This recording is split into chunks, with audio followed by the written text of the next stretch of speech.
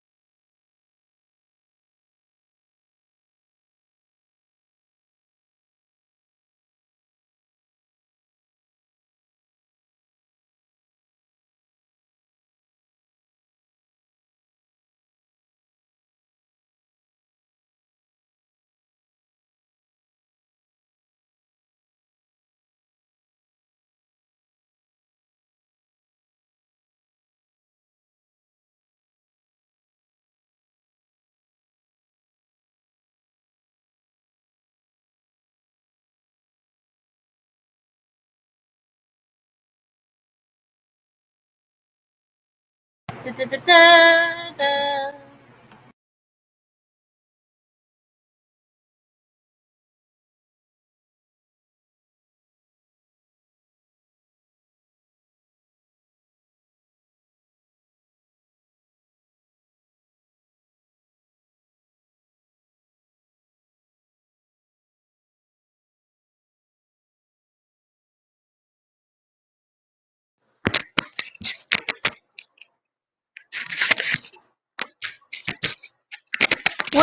When did the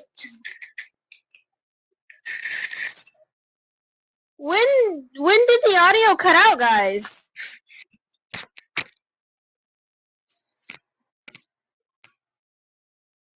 Oh my gosh!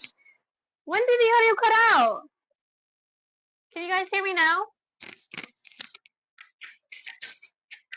When did the Oh my god, wait.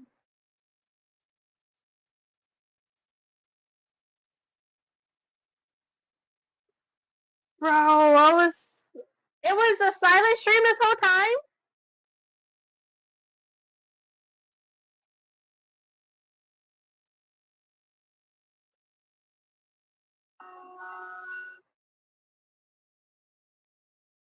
It was a silent stream this whole time.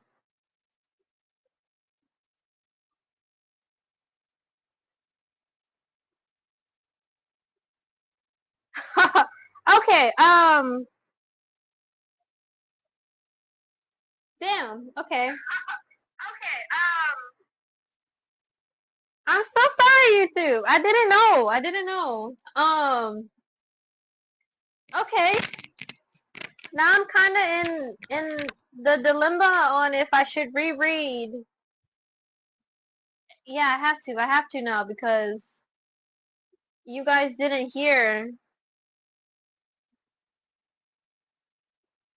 You guys didn't hear anything. Oh my gosh.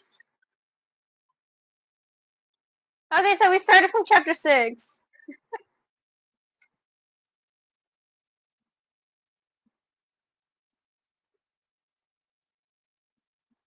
Oh, okay. I'm so sorry, guys. You guys couldn't hear me at all. I am going to reread from chapter 6 because I just noticed that you guys couldn't hear me like at all on YouTube. Twitch was hearing me already though. So you guys are gonna have to be in suspense for chapter 8, I believe we're on now. Yeah, chapter 8. While I read to YouTube. I'm so sorry, guys. I did not notice. I was like, why isn't the mic little bubbles popping up? But the reason why I wasn't popping up because the mic wasn't on. That's why. Lord. Okay. Okay, YouTube. I'll just probably have to cut out this part. So yeah, I guess we will be going live a little bit longer today. Look at God. Alright. Since I already read this part, I am going to quickly go through chapter 6, 7, and until we get to chapter 8. So please, guys, wait. If you want, you can already type in your theories now to give a little bit.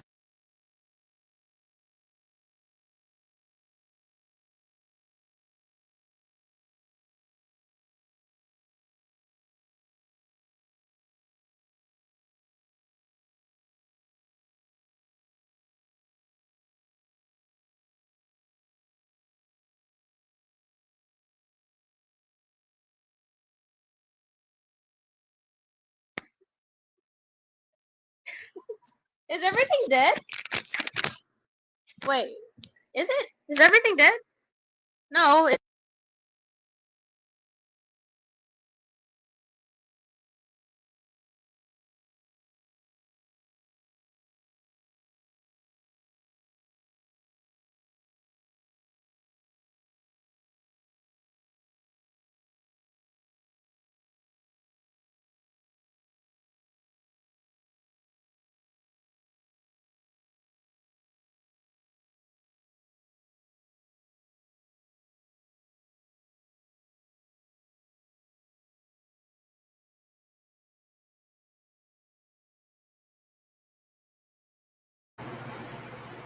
Okay, this is what I'm gonna do. Hopefully you guys can hear. Yeah, hopefully you guys can hear me.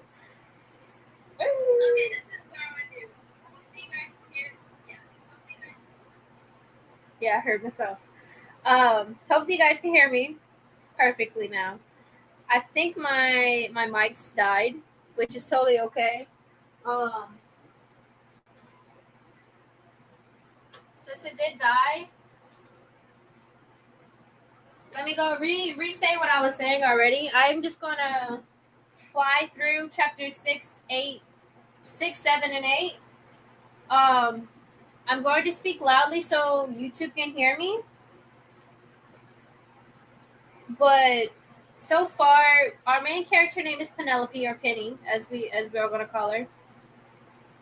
Her ex-boyfriend or her boyfriend, whichever one, is the son of a murderer, and there is another murder in the town that they're currently both living in, and it's a very small tight community, so they all think that it's the son or the daughter from the serial killer, and come to find out that the cops think that it's someone who has bad blood with the victim.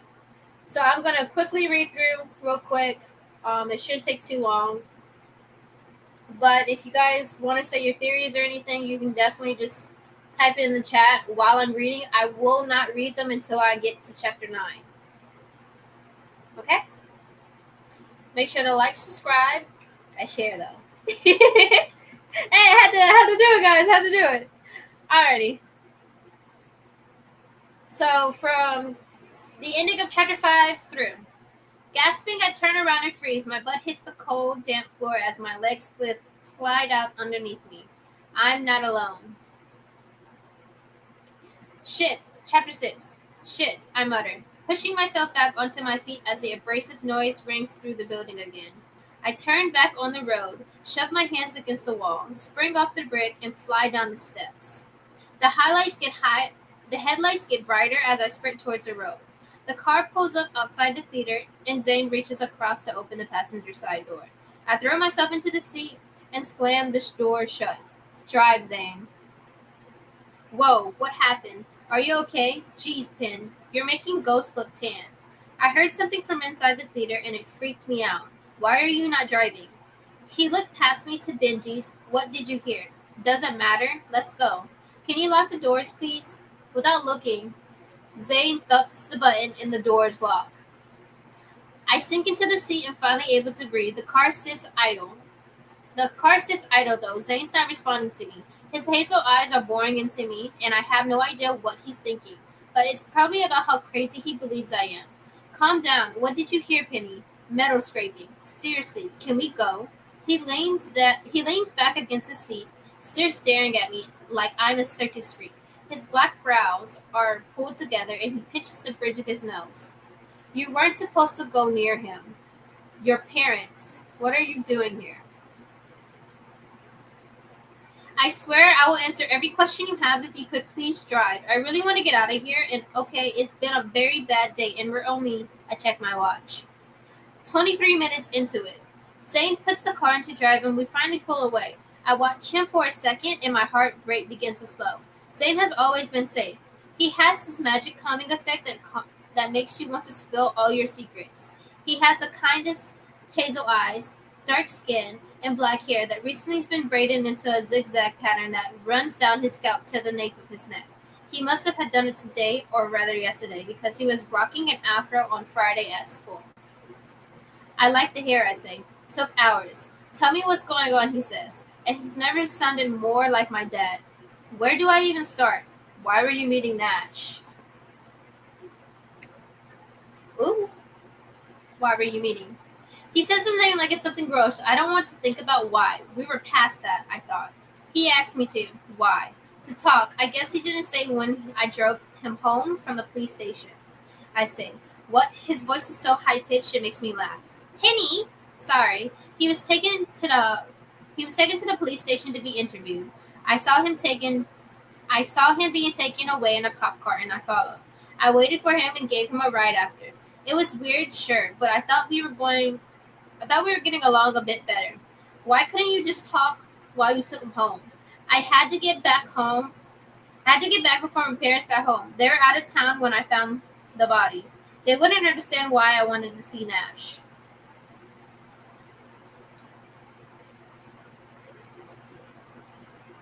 I know, but so was Brody. Oh, sorry. Not sure I do either. Zane, he was your friend for years. I know, but so was Brody, Jackson's final victim. Nash didn't kill Brody, I say quietly, being as gentle as I can with him. He lost a friend that night. Brody's blood isn't on Nash's hands. He grips tightens on the steering wheel and he steps a fraction harder on the gas pedal. His jaw is hard, eyes tight, as if he's regretting picking me up already. We haven't spoken about Nash since the day Zane asked me out.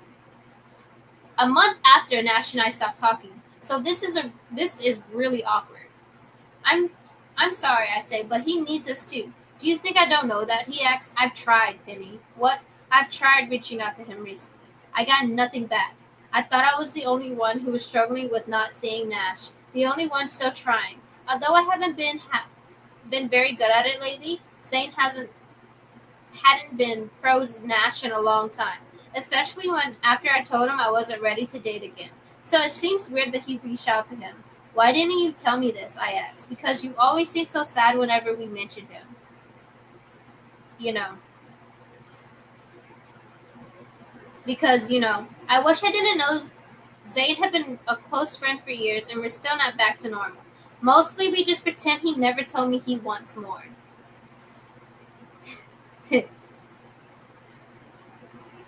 No one talks about him because they think it will bother me. That's pretty much why I don't talk about him. I can't speak for Omar or Addie. It feels like Addie hates him. She was quick to blame him for the murder today. Zane pushes down harder on the gas pedal and we accelerate. I've heard the crap all day too. No one knows him the way that we do. That is genuine, I'm sure of it. Man, it's so nice to talk to someone who doesn't hate him, I say. I wish you opened up to me before. Shrugging, he flies through a traffic light and turns down my road. Look, I know things have been a bit odd with us, but we're cool, Pin. You can talk to me anytime you want. Yeah? He gives me a little smile. Do you think I'll pine over you for the rest of my life? I mean, this is the book world, so yeah. Yeah, we think so.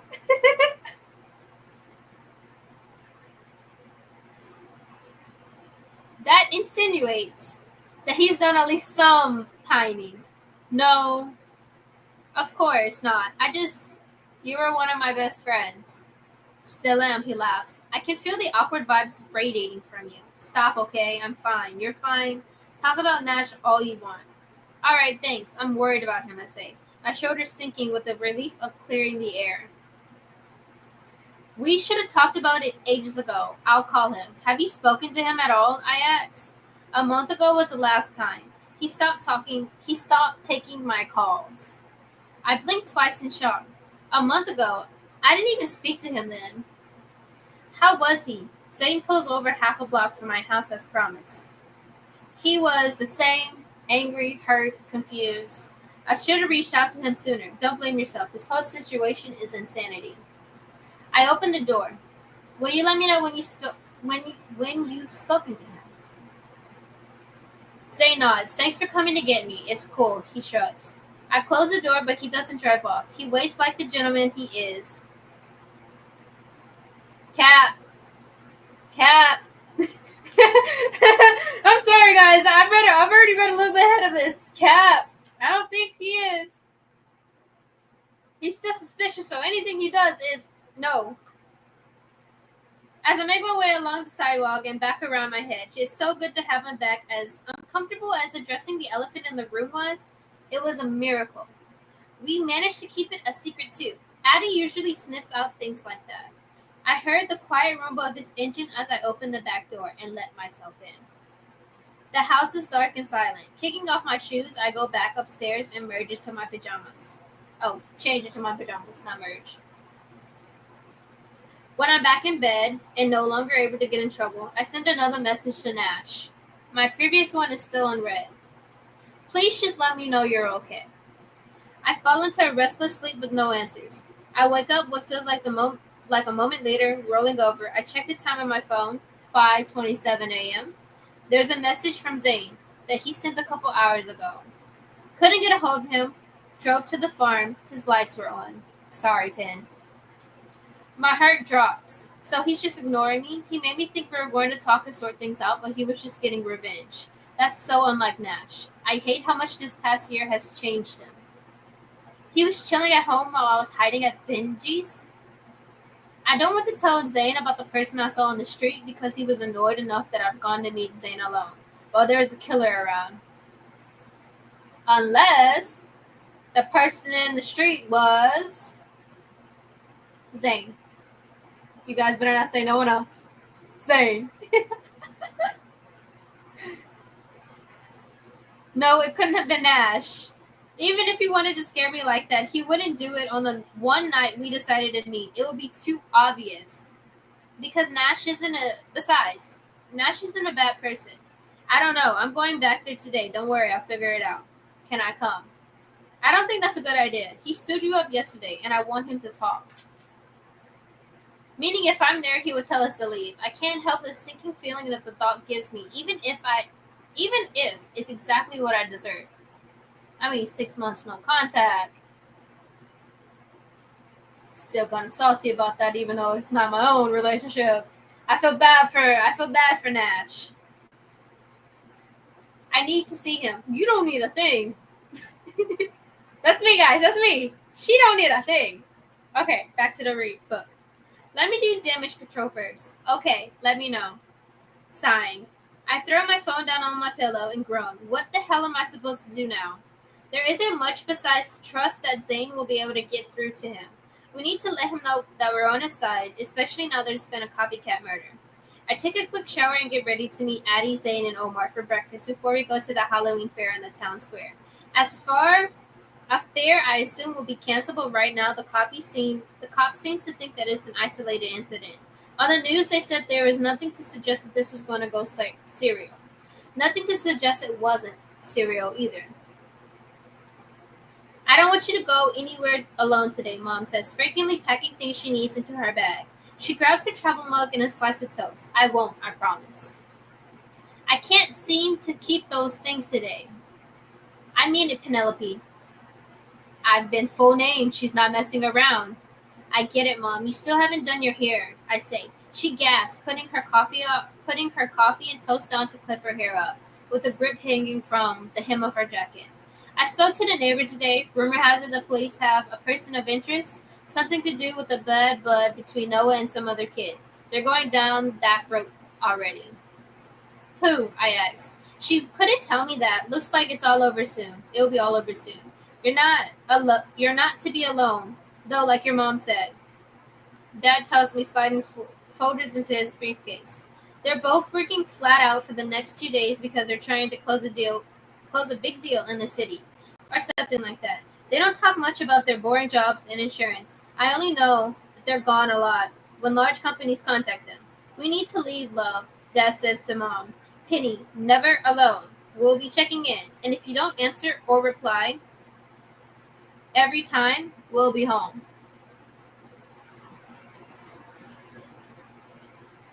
I want to roll my eyes because I've heard that one so many times before. They just send the neighbor around because, ooh la la la. But there's never been a murder while they were away. Last year, they were home over Halloween. Answer or reply. Mom replies, kissing me on the forehead and grabbing handfuls of things they need. I will see you tomorrow. And keep the doors locked at all times, Dad calls and hesitates. Mom, always do, and I'll be fine, I promise. The neighbors will be looking out for you. I salute as he turns to leave the house. There's no way they'll leave if they thought Noah's murder was some guy about to go on a spree. Whichever neighbor told him the cops are close to an arrest might be right. My dad obviously trusts him. The front door slams, and I'm finally alone.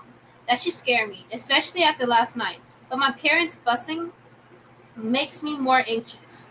I'll keep the house locked and park in the garage so I won't even have to walk between the car and the house. All just in case this isn't an isolated incident. I was never in Noah's circle. He was always kind of an asshole and had zero interest for his mom or anyone else. But I can't think who would have a grudge against him, not one big enough to kill him anyway. Since I can't take Zane's advice and leave Noah alone, I sent another message to him. My self control at this point is non existent. Non existent. Are you okay, Zane? Are you okay? Zane is worried too. I dropped Zane's name to take the heat off myself, hoping it'll make Nash reply. I don't know if Zane told Nash he doesn't want me to know that they talk. I'll give anything to know what they spoke about. I must have come up at some point unless Nash refused to mention me. Though the last time they spoke I had rejected Zane's date request. So he probably didn't feel like discussing me either. I don't think I could have made a bigger mess of things if I tried. Getting up, I sent a message to our group, letting them know I'm about to leave for dinner. I'm hungry and really need to eat. Gina's pancakes are the best. I just hope I stop stressing long enough to actually eat. I had a new churning in my stomach since last night. This uneasy feeling that's gnawing away at my insides. Another murderer. The Jackson lookalike. The masked person in the street. Someone in the theater. Being lied to. And ditched by Nash. Benji's. What if Nash was the one making the noise in there? No, that doesn't make sense. He's not evil or stupid. Like Zane said, he's hurt and angry. I grab my phone, keys, and head into the garage, needing a distraction from this all.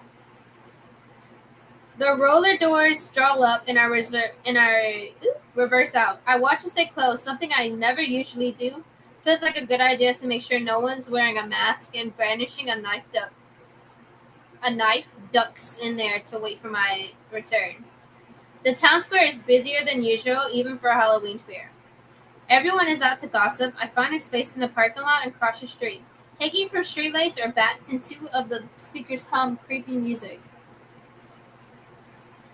People are everywhere, hanging out in groups outside stores and sitting on benches. So many are dressed up and more than usual. Most of them young and silently enjoying it. News vans have parked in the streets. Reporters are circling like vultures, preying on the town's pain. I step around a group dressed in gray overalls and creepy masks. A couple I recognize as juniors by their distinctive haircuts, but the others have masks that covers their entire heads. They laugh and shove each other. Gritting my teeth and pass down in a group of women around my mom's age gossiping about the Whitmores. Did you know his children own that house now? All that land they can do what they want with. And we all know what they're doing.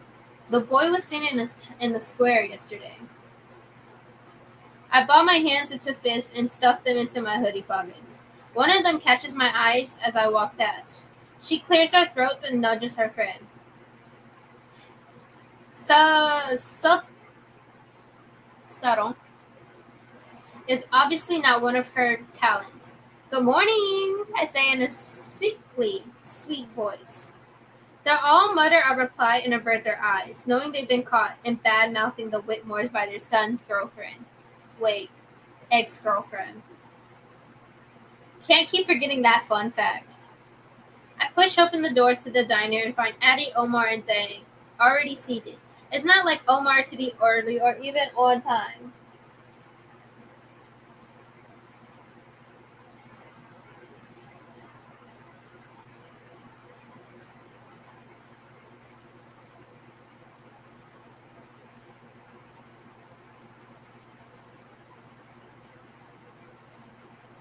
Oh, I didn't say that. Okay.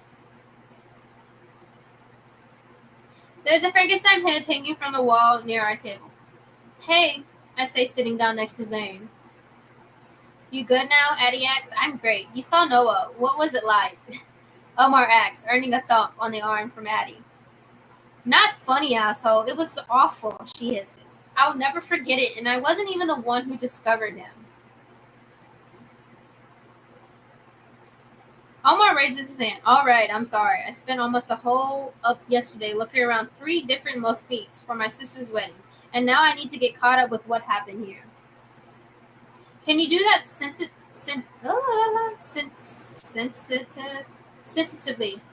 Addie asks. Omar looks between the three of us. Since do we not talk straight? Since last year. Let's forget it, I say. It was horrific. Omar, so much blood. Now the town thinks that there's a copycat killer. Can we order now? I left out a few details. Nah, I've heard it was some bad blood with someone. It's driving me crazy to think who. He had a few enemies, Zane says. But I can't think of anyone who would, you know. I can. Our boy named Zane. Has anyone spoken to Nash or Grace? Omar asks. Omar, another boy who had a crush on Grace. I think he once got as far as pre-axing her out, laying the groundwork. Apparently, it wasn't smooth, and as far as I'm aware, he never tried again. I did as I say. It's not like it's a secret at this point. You can't tell my parents. Right, because I have a habit of running to your parents. Omar deadpans.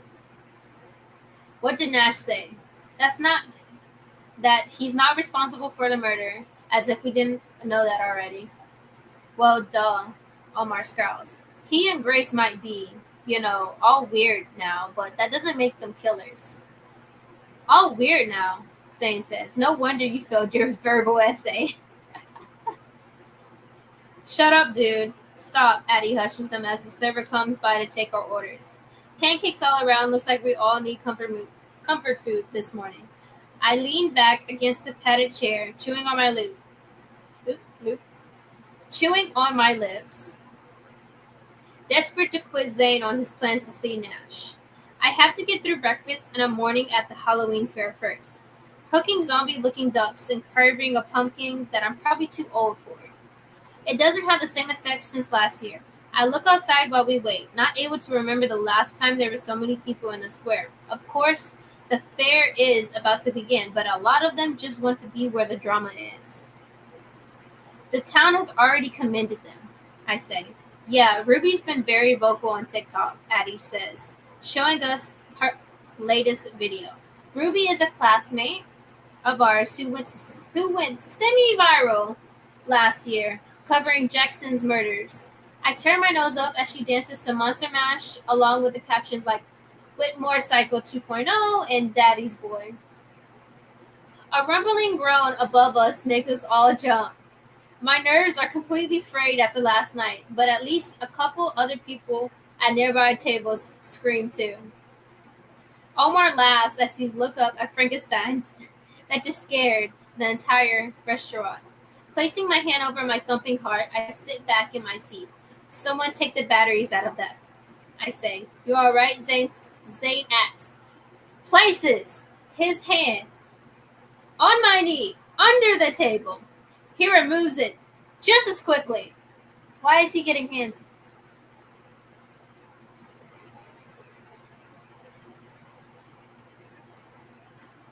Okay, I gotta continue reading because we've already read this part. Okay.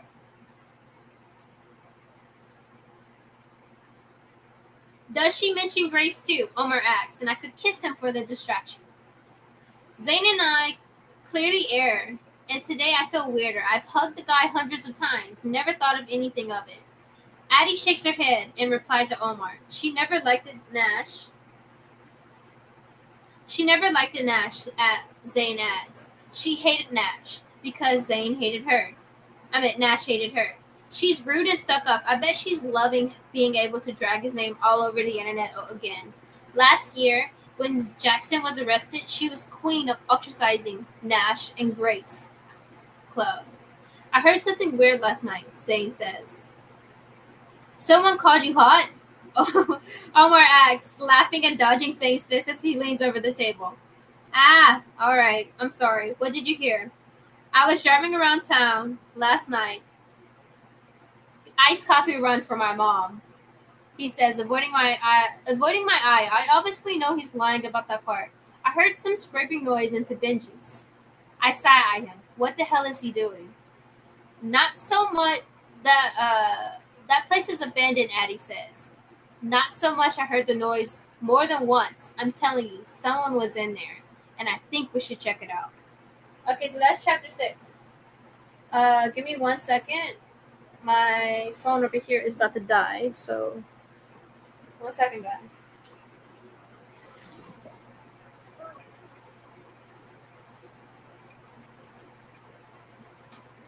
A monster munch. It is a monster munch. It is a top. The monster munch.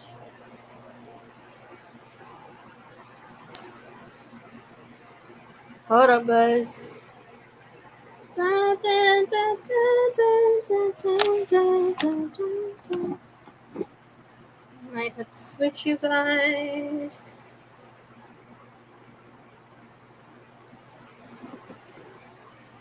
Okay. I just switches you guys' placement for a minute.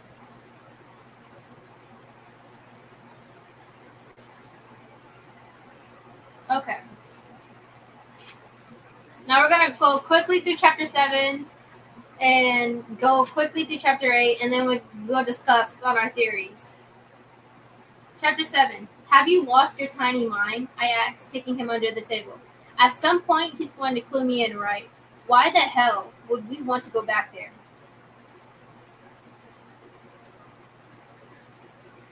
Omar's eyes lights up at the thought of the adrenaline rush. He's always encouraging Zane's bad ideas. If Zane suggests we make a ramp from the top of the theater steps to skate down, Omar says we should make one from the second floor window. You want me to stay here and play fair games and eat cotton candy? He asks. Addie throws a water napkin at him. Hey, I like those games and cotton candy.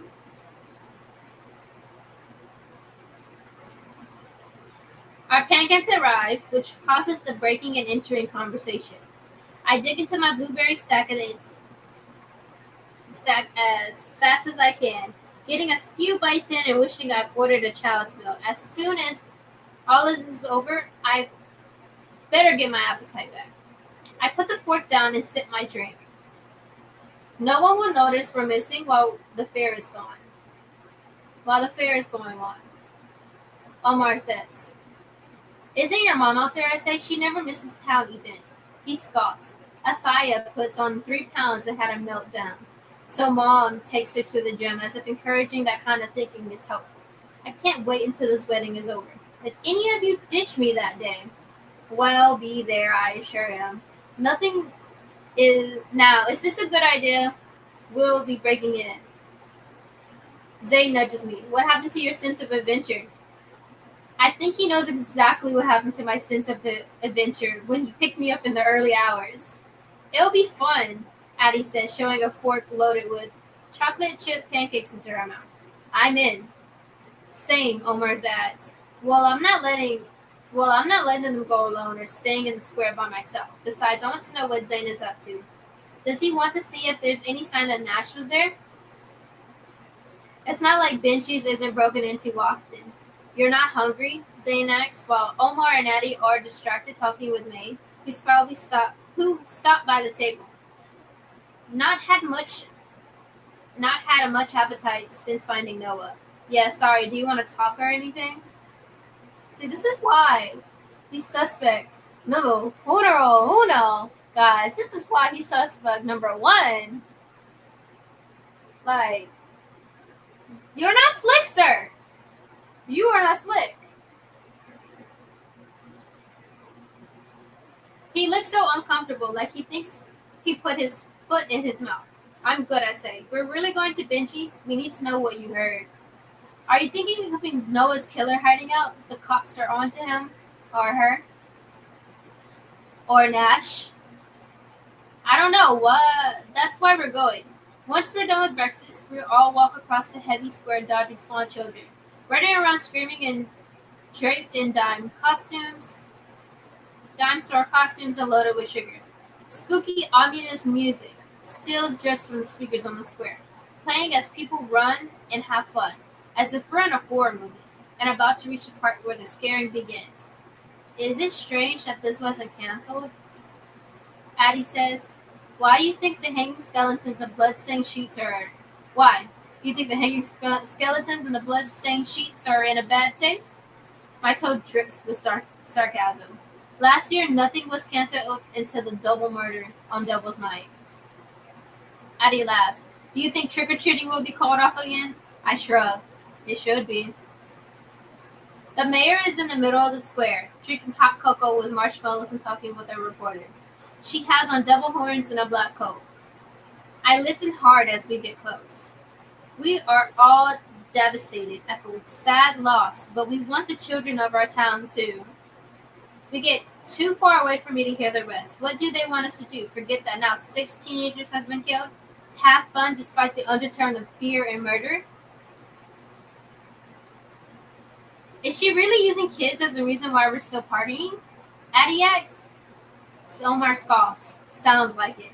She's a treat, Zane replies, throwing his arm over my shoulder as we fall a bit behind Addie and Omar. I need to know if it was real, if it was him in there, he whispers. And what? You think he'll have left a clue behind, Scooby-Doo? Laughing, he shakes his head. I don't know, but something's going on with him. Don't you want to figure it out? Of course I do. Then this is where we start, he says, dodging a bunch of middle schoolers in traditional Halloween costumes. Dracula, mummy, skeleton, and 2 witches. I thought you were going to go about his place again, I asked as we walk along the alleyway to the theater, leaving Halloween behind. I will. Have you tried calling him? What do you think? Zane, I'm losing it a bit here. No one has heard from him since yesterday. Someone was in the theater last night, and now we both think it could be him. Ah, I knew you would stress over this. He dropped his arm from my shoulder. Lowering his voice even further, he says, listen to this, guys. I had something happen to me too last night. What? When I got home, my lamp was on. Boy, if you don't get out of here! Okay, that's something, I guess. I say frowning. Hardly a mass killer sighting.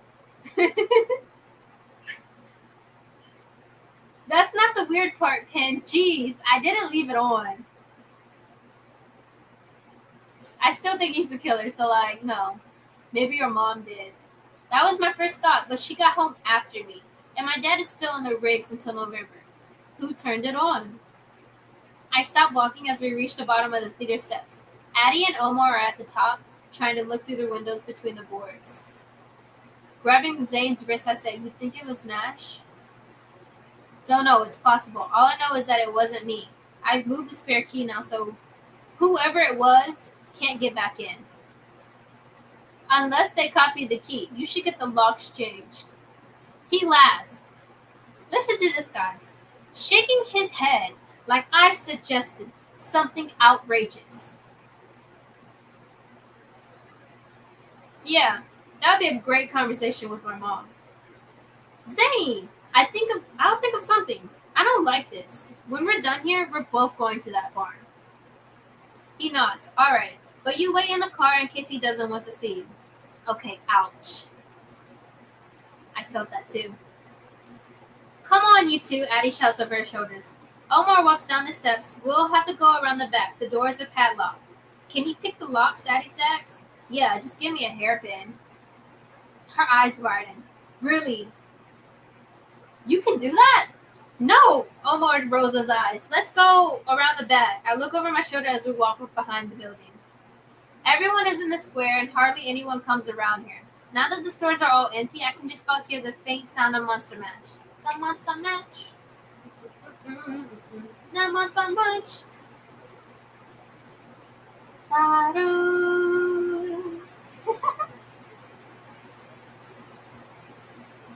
Omar and Addie are too excited about this, I whispered to Zane. Yeah, well, they don't know why we're doing it. Because they blame Nash and Grace for what Jackson has done. Zane is right to keep them in the dark. I trust them, but if they think I'm in danger, they will go to my parents. Life or death, we all would. Here, Omar calls. This door is unlocked. I look down at the busted padlock on the floor. It used to be. The last party here was in the summer. I've not been back since last night, so I don't know when it was locked up again. See, someone managed to get in. I've not been back since last night.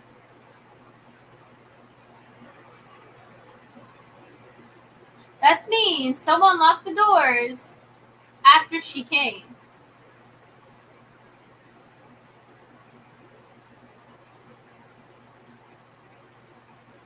Is that not a bit strange to you guys? That means someone legitimately locked the doors after she came. I have not been back since last night. Because those doors were clearly open. But when she was there. Okay, I'll get back to it so we can finally get to chapter 8.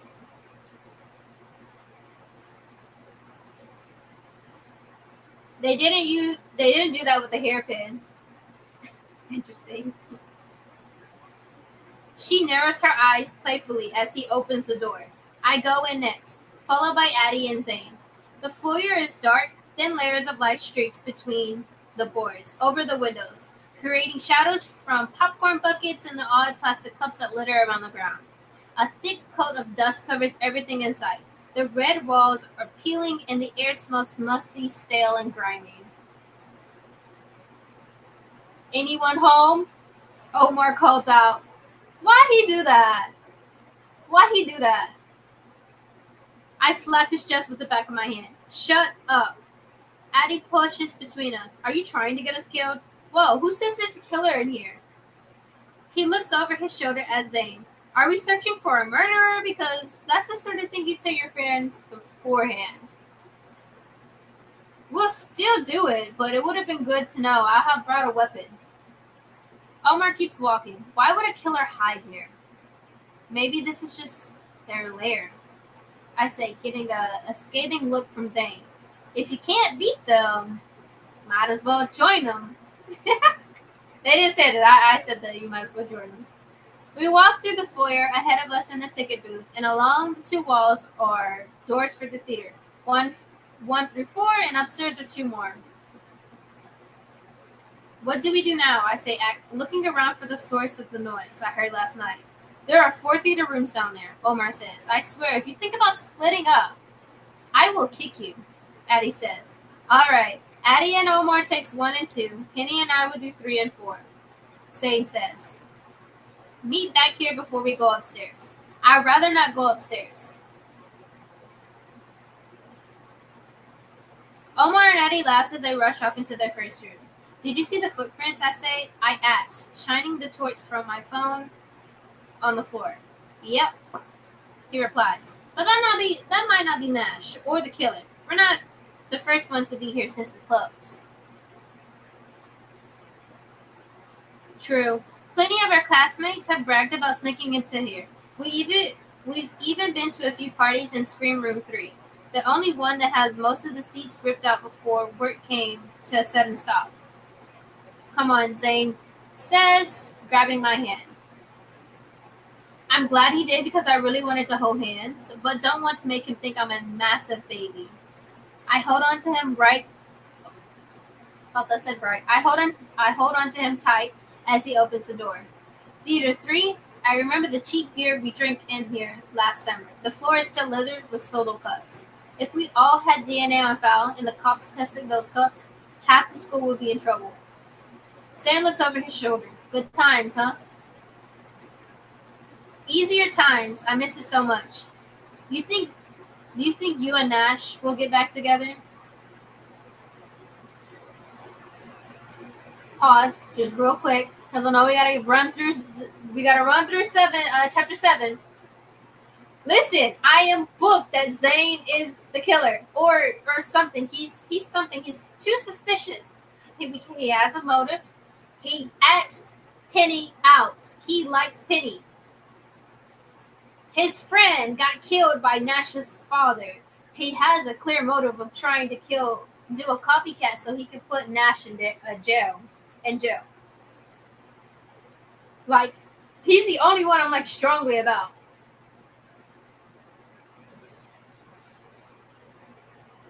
That came out of nowhere, and it's not something I want to talk about.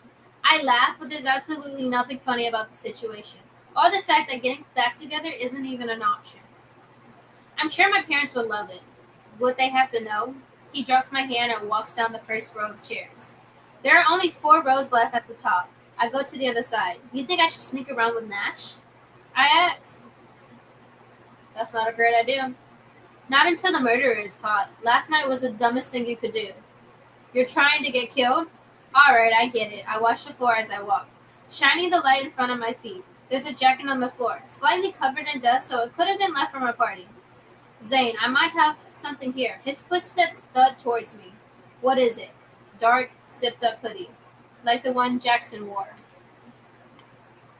Like the one most people own. Look, it's dusty, but not as dusty as the chairs. Is it Nash? I just kind of dislike how, obvious they're trying to make it, trying to pin things on him. It's like none of them trust him.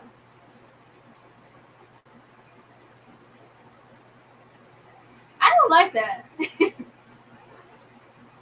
How should I know? Look at the label. Don't you know where he shops? Not really, I say, nudging the neck of the hoodie with my toe. Old Navy. I don't think he shopped there. No, but Grace does. I didn't know Jackson well, but I can't see him clothes shopping anywhere. Zane says, dude definitely let Grace and Nash loose with his credit card. Yeah, maybe. I've never seen this one before, and the thread is quite worn down. What does that mean? It means that it looks older than a year, so I would have seen Nash with it. I like how she's just casually saying, I don't care if you like me. He's still my man. I would have known. In the darkness, I can just about make out Zane's frown. Pay attention, guys. Let's keep moving. This could belong to anyone, and it probably needs fumigating. Rose. He turns and goes back to his side of the room. I step over the hoodie and continue my search for something. Gum wrappers, a shoe. Who forgets their shoe? And what looks like a bra strap? I do not want to know. Anything on your side, I call? Nothing much, just litter. There are a few unopened bottles of water, no dust on them. Maybe someone's sleeping here. Homeless person, he asks? Could be. Do you see a sleeping bag or anything? Nah, no evidence that anyone is sleeping here. Good, that would be kind of sad. It's cold and dirty in here. Saying, what do you think is going on with Nash? He walks over to me and sighs. Honestly, I don't know. He's been spiraling for a while. I said this earlier. You guys didn't get a chance to hear me. But I kind of feel like he's switching details. Because I believe Zane is the murderer. Or if there is a murderer, I believe he is something. So I kind of feel like he's switching details between him and Nash. So, everyone subconsciously think that it's Nash, but low-key it's him. And he's just putting traps out for Nash. That's how I feel. What? Spiraling? How? You never told me that. He doesn't want you to know, Pin. Why? I breathe. Come on, you know why. His dad had just tried to contact him again. The last time we spoke, it messed him up a bit. Nash wants nothing to do with him, but he'll always be his dad. You talked to him more than you told me. We used to talk regularly until last month when he went quiet. Why didn't you tell me? Why would I? He's my friend too. You weren't talking. And you weren't talking. Not everything has to go through you. This is what I'm saying. Why is he getting defensive? Pay attention. Why is he getting defensive? He was talking to Nash at the same time he told me he liked me. I narrow my eyes. I wasn't suggesting that it did. Then why are you acting like I'm shady? Number 2. So, what is it called? Defensive and now paranoid. Okay? You never mentioned him to us either. It's fine if you want to pretend that you're not still totally hung up on him, but don't expect the rest of us to ignore him because of that. That's not what I was doing. What the hell, Zane? He stepped closer, and so do I. We walk towards each other and ready to meet in the middle, to fight our corners. When have I ever expected you to ignore him? I was the one who was pushing for all of us to go see him, I say. Then what happened? I throw my hands up. Everything got difficult. My parents... He shakes his hand. It doesn't matter now. It's done. He spent at least the last 4 months thinking he's alone. What else don't I know? What are you talking about? You have secrets, Zane, and you don't? Where have you been? Where were you last night again?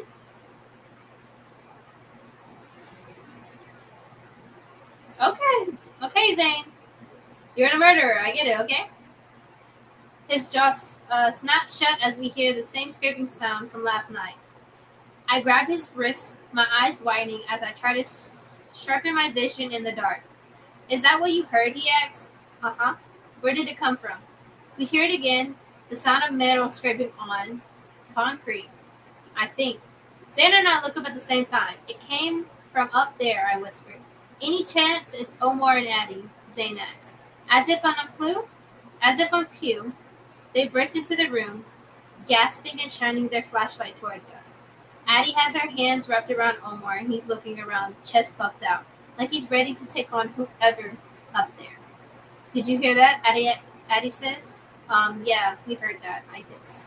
That's the noise from last night, Omar asks. Yeah, I said at the same time as Zane.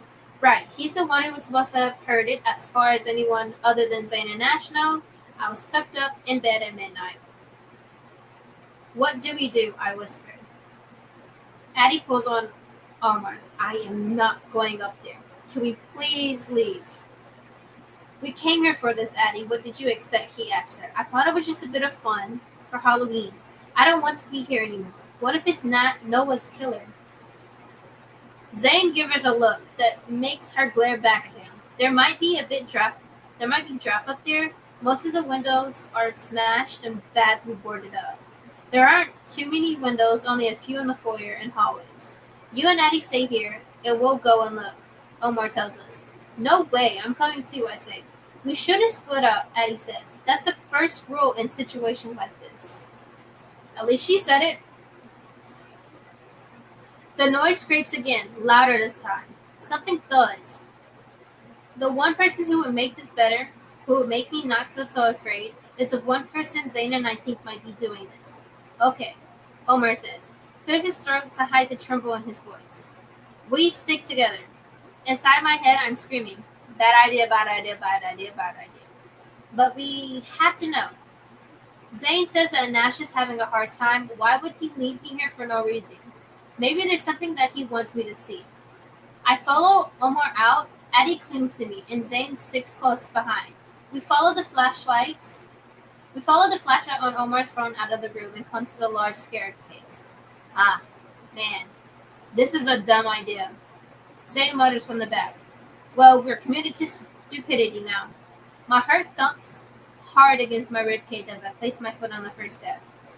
Are you leading me to something, or are you just messing with me, Nash? I really wish we'd gone to his house first. I hate this, Addie whispers, squeeze la la la la, squeezing my hand and crushing my knuckles together. For the record, I didn't want to come up here. At the top of the stairs, we look around in the pitch black, barely making anything out. I've been up here dozens of times, but it's been at least 4 years. I'm sure up here there are 6 doors. 2 are theater rooms, there are 2 bathrooms and a fire escape, and a restricted room that states staff only, in such big letters. I used to trace them with my fingers while we wait for popcorn. Where do we think it came from, I asked. It sounded directly above us, so I think in there. Zane replies, pointing left. That's where the staff room was. I strain my eyes, barely able to make out his hand up there. The few windows that's up here have been boarded more successfully than the ones in the foyer.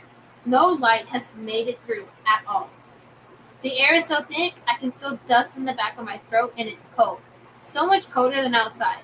Even if I could see, there would be vapors in front of my face. Shall we then? I asked, trying not to gag on the dirty air. No, Addie replies. I'll go first, Zane says, walking ahead. I almost lost sight of him after a few steps. I take a step in his direction, and then the loudest crash booms through the theater. The sound of a door hitting the wall after it's been thrown open. Addie screams, I scream. Omar shouts, Zane swears. Someone falls. I think I turn to run, not really knowing where I'm going. Only that I need to get the hell away from here. Nash can't be behind this. Would he really take things this far? Did I say I was going to go to chapter 8? Let's read a little bit more into chapter 8. Chapter 8, and then we can discuss on what we've learned so far. Chapter 8. Leaping forward, I bash into another person and scream again. Who's that? Run! Zane shouts from somewhere else in the building. What? Why is he somewhere else again? I don't know which light is his, and who did I just bump into? I shine my phone in front of me as a hand grips hold of my wrist. Penny! Addie says. Her terror-filled eyes bulge as her fingers dug into my skin. Oh my god. Addie? I can't see, and my phone is in my bag. She says, huddling against me, trembling. Stop, I yell. Everyone stop. I can't hear anything. Why are you still up there? Zane calls. His voice. It's coming from the first floor now. The light from his phone shines up at us. He got down there fast. I don't think it's a person, I say. It's the exact same noise over and over again, like a machine or a recording. Seriously, let's go, Penny. I don't care what's making that noise. Addie pulls away from me, and I hear her footsteps as she tries to make it down the steps. Wait there, Penny. I'm coming back up, Omer says. Are you too crazy? Let's just go, she hisses, her voice floating from below. She made it down to Zane. Omar touches my arm. I respect the fact that you're all girl powered. Woman powered. You're 17, but sure, woman powered. But can you please stay behind me when we go in there? You're very sweet. And yes, I'll stay behind you. My hero. I just about see his dark eyes roll at my sarcasm. Okay, first of all, hold up. Pause. If Zane is in love with her, or quote unquote, whatever we're going to think, why is he not the one to go back up to Penny? Not saying, I'm not talking about real life. This is book world, okay, guys? There's a total different standards for book male leads. Why did he not go back upstairs? That make me more suspicious of him. Because why is it Omar? That's all I gotta say for right now. Hold up. Because this is book world. This ain't the real world, where logic beats anything. But this is where, what's it called? The Lulu world comes in.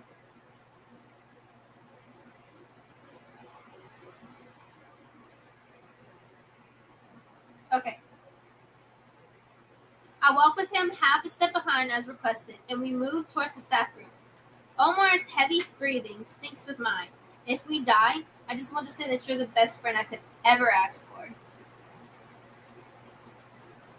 Omar chuckled. Yeah, right back at you.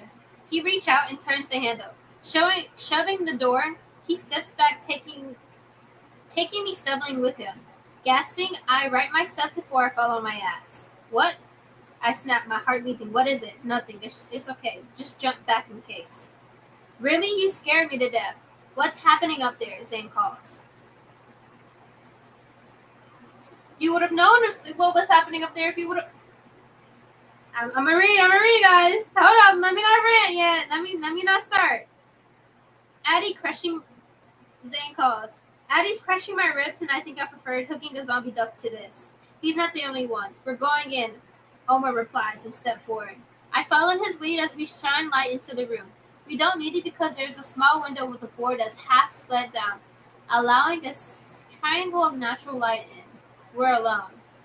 Pause.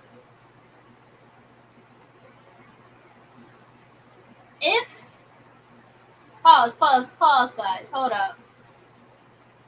When she went to the same place last night around midnight, and not only that, there was a dude in a zipped up hoodie with a mask walking around. It is possible that there could have been someone with her last night, or whatever time that was, midnight, and I saw her walk into Benji's, and they were hiding inside this room because there's like a trickle of light shining down, like they slid down. So it's very possible that there actually was someone behind in Benji's, but the possibility of it is high. Is very high. Because it was not locked. The whole place was not locked when she was there. The only question is like who it was. That's really the question. We're alone. There's no one here, Omar says. Nope. And look, I point to a broken metal shelving unit. It's against the wall behind us, wedged against the adjacent wall, slowly falling apart. Deep welts in the concrete show its path from where it used to sit. A freezing gust of wind whistles through the broken glass. A folder falls off the shelf and the whole thing moves again, scraping another inch. On the floor are stacks of papers and boxes. They've been falling off for a while now. I feel like Zane set this up, and I did not believe that there was no one up there when she was there.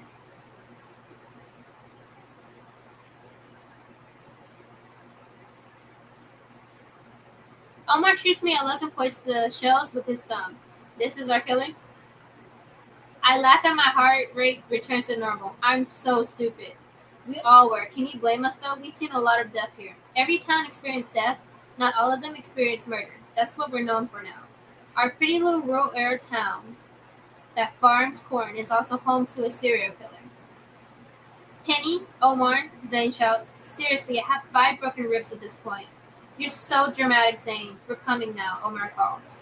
I snap a picture of the shelving unit to prove that the noise is nothing to worry about. As if we thought some murderer was up here, sharpening his axe on the walls.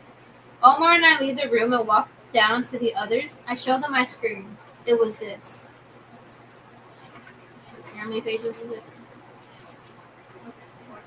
Are you kidding me? Addie shouts. I'm going back to the square. She lets go of Zane, who rubs his chest and scowls. Once we're outside, we fall silent. I don't know about them, but I'm rather embarrassed and wishing I haven't overreacted. Why would a killer make so much noise? It's not him. Of course it's not him. Okay. Zane says as we drop back from Addie and Omar. Yeah, that's a good thing, Penny. Why do you sound so gutted? Why do you sound so gutted? No, I'm not. Obviously, I'm glad he's not hiding in there, plotting my death, but what is he doing? Girl, that's for him to know and you to find out. Don't sweat it. We'll find out, okay? I nod, but I'm not at all confident because Nash doesn't want me in his life anymore. He could ask Zane not to talk about him with me, and Zane would respect that. We reach the square again, and the air is filled with thriller, excitement, and apprehension. Where are all the reporters going? Addie asks. We watch the last 2 drive off as groups of the residents grow. The games in the square have stopped, the fair deserted for whatever's going on. But the music continues. Do you think something happens? Omar snorts and says with heavy sarcasm, no, they just heard about a special on coffee at J Mart. Addie gasps. A special on coffee at J Mart's. Addie gasps. Another murder? Nothing like that. Ruby, queen of me, says she walks up behind us. Ooh. Behind us, arm in arm with their friends, every one of them dressed as cats with fishnets, tights, and black skin-tight leotards. Carter was just arrested. Can you believe it? Because I can. What? I don't know why they made that. I don't know why she named this lady this. Miss Vanderford. Lazy son, Carter? The one I sit next to in math? That Carter? Ruby places her hands on her hips. Carter killed Noah. I mean, it was so obvious. They hated each other and were fighting almost daily. I told the cops this yesterday, and it took them a whole day to realize that I'm right. She swirls her finger in a circle. Let's go. I want one of those squishmallow bats. Omar and Zane steps in front of me in 80. Carter did this, Zane says. That's what they think, I reply. I mean, they were football rivals, and Carter hated him for going out with Rebecca right after him. But would he really kill Noah over this? He dated most of the girls in the school. Omar shrugs. Why would he be arrested if he didn't? His parents own the costume store. It makes sense, Addie says. I shake my head. Not really. You think it would make sense that he would dump a body in the store his mom owns, where he works? I would probably pick somewhere less suspicious. Again, I don't know how killers think. I sure do. I read enough books to know. Addie replies and walks off. She had enough for murder. She had enough for murder and scary talk for one day. Omar runs after her, telling her he'll buy her a soft pretzel to cheer her up. Zane and I go a different way, not wanting any food. So no copycat killer. That we know of, guys. That we know of. Zane says. Nash is off the hook. That's a good thing, Pin. You should be happy. But why do you need to say that, though? Like, yeah, I breathe, smiling. It is. It's more than good. Do you think he knows about Carter yet? He tilts his head to the side. You think it would take longer than 10 minutes for news to spread in this town? Good point. You should message him. I thought you were going to tell me you'll do it. I'm going there later. You message now and I'll meet you by the Vampire Dark Stall. Okay. I mutter sitting down on the freezing bench. Okay, now why do I have the feeling like he kind of has Nash's phone and Nash is like tied up somewhere? Because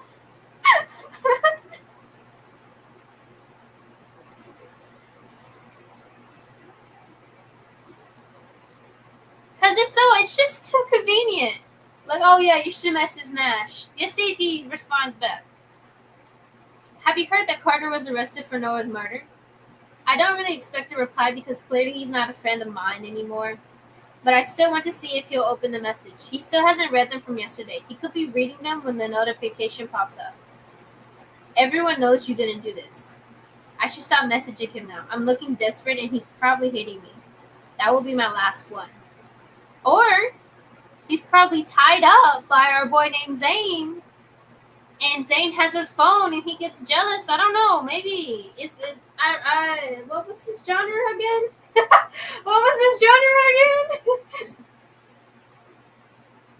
Standing up, I slide my phone into my back pocket and goes to meet Zane. I take it from the thrilled expression he didn't reply. As you would expect because you have his phone. But I'm not going to say nothing. Zane says that they'll join him in the line for the dart game. No, it's okay. I guess he doesn't want anything to do with me. I have to respect that. I won't come with you today, and I won't contact him again. He lifts a brow, but nope, no buts. We're over, so I'm moving on. I'm going to kick your ass at this game, you know. I'm not really there yet, but pretending is the first step. I'm not really there yet, but pretending is the first step. Oh, fighting talk. And I like it. Zane and I play 2 games of darts and then move on. Okay. Then move on to meet up with Addie and Omar. The sense of shock and sadness doesn't leave, but there's definitely relief in the air that we don't have another serial killer.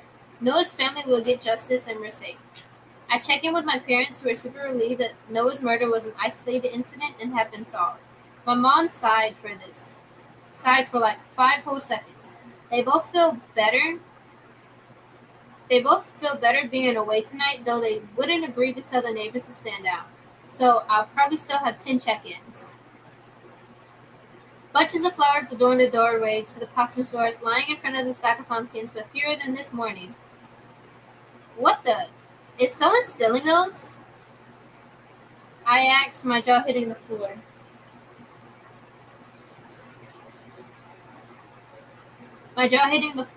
No, look, they've been moved to the bench over there. Zane says, pointing to the bench on the corner of the store.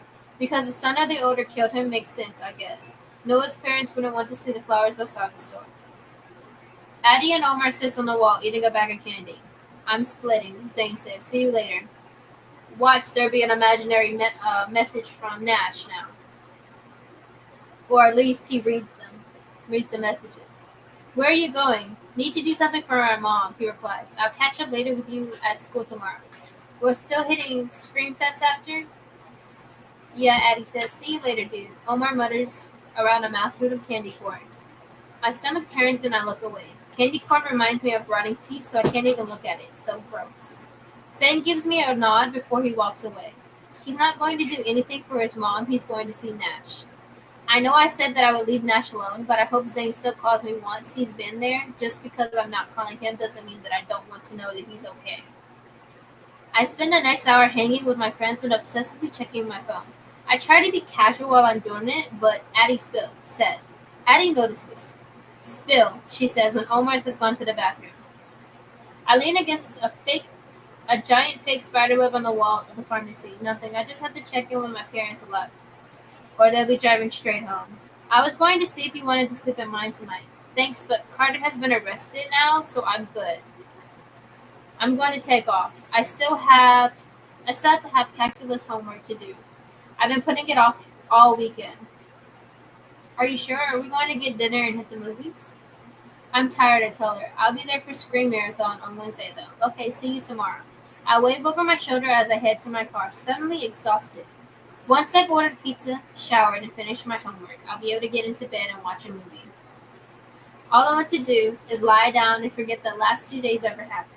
I park in the garage, closing the roller doors immediately, despite the danger now being over.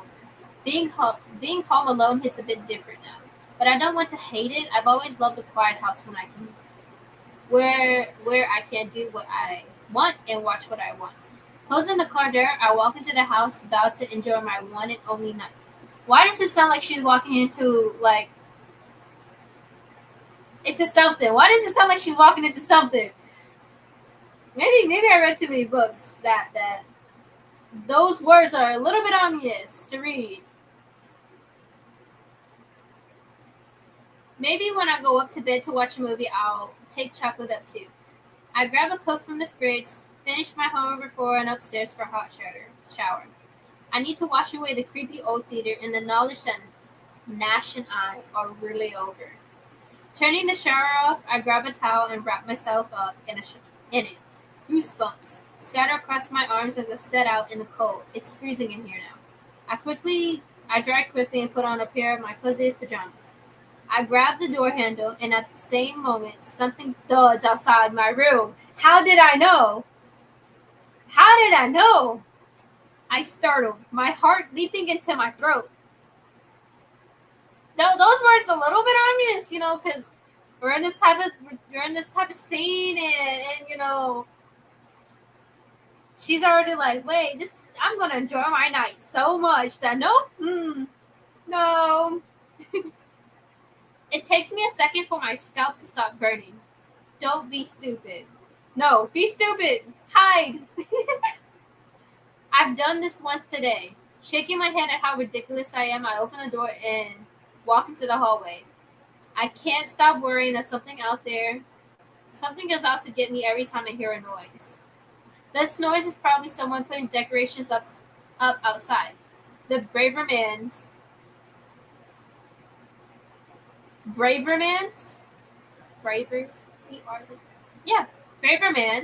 have a habit of hanging things terribly. Every morning I leave for school, I pick up some ghost or ghoul that's fallen.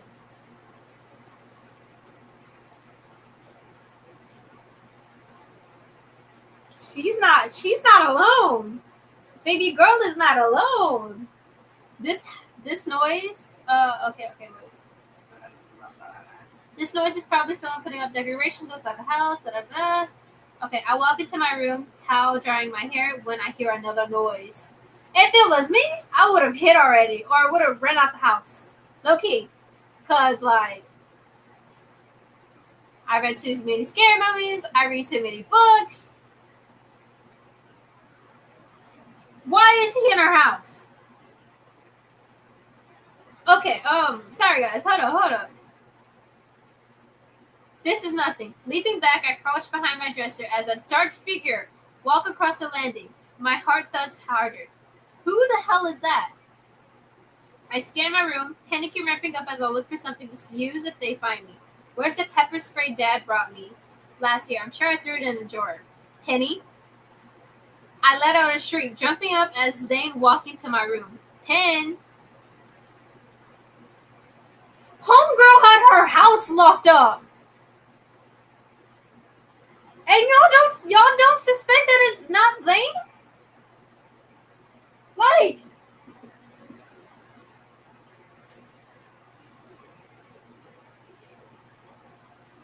I slam my hand over my heart and breathe.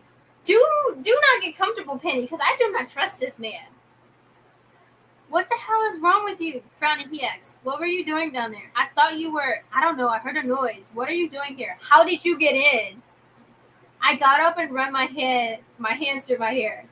Zane raises his hand. Sorry I scare you. I still have the spare key.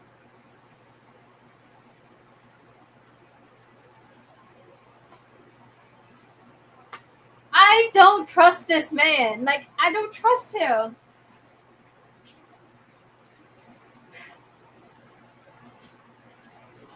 He holds it up as proof and then put it down on my bedside table.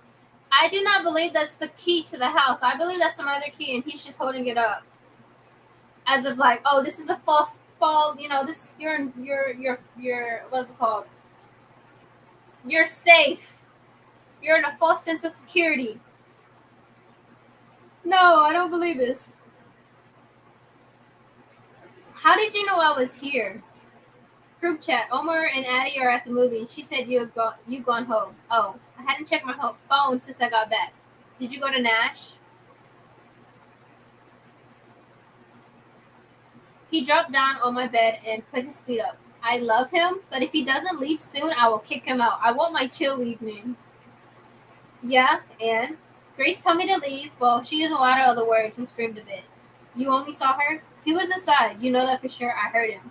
He was in there talking to someone else. Oh, the Jackson doppelganger boyfriend. Was there a new truck in the driveway? Yeah, why? I sit down on the bed. Okay, you remember I told you that I followed Nash when he was taken to the station? Zane nods. Well, I also saw that truck, and I'm not crazy, but someone who looked exactly like Jackson was in it. Zane crosses his leg at the ankle and throws his hands behind his head. Way to relax. How does Zane look again? I don't remember. How does Zane look again, guys? I don't think we ever got a description of him, of how he looks.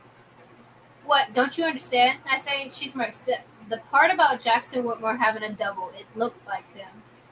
Did you get a good look? No, just from the side, but he had a blue baseball cap on, like Jackson wore. It's not him, obviously. He's still locked up, but someone is there. Nash lied when I asked. He said the truck is Grace and she's selling her. And she's selling hers. That might be true. Yeah, I think Grace might have a boyfriend, but we need to find out, right? I don't like Nash. I don't like that Nash lied about it. And you want to be sure so you don't go crazy? Precisely. So we go over there tomorrow into the house at night? Why not tonight? I'm about to collapse, saying, and Grace is home. She's still working at the diner by the interstate, right? She nods. My mom stopped there on the way home last evening. Saw her serving. Apparently she works most evenings. Good. We'll go after dark. Once she's at work, there will be evidence of who the boyfriend is in there somewhere. He really looked like Jackson? Tall with a blue baseball cap, you might not look anything like him. We'll find out tomorrow. He rolls his eyes. Right, I can take a hit. Lock up behind me. You don't know who's out there.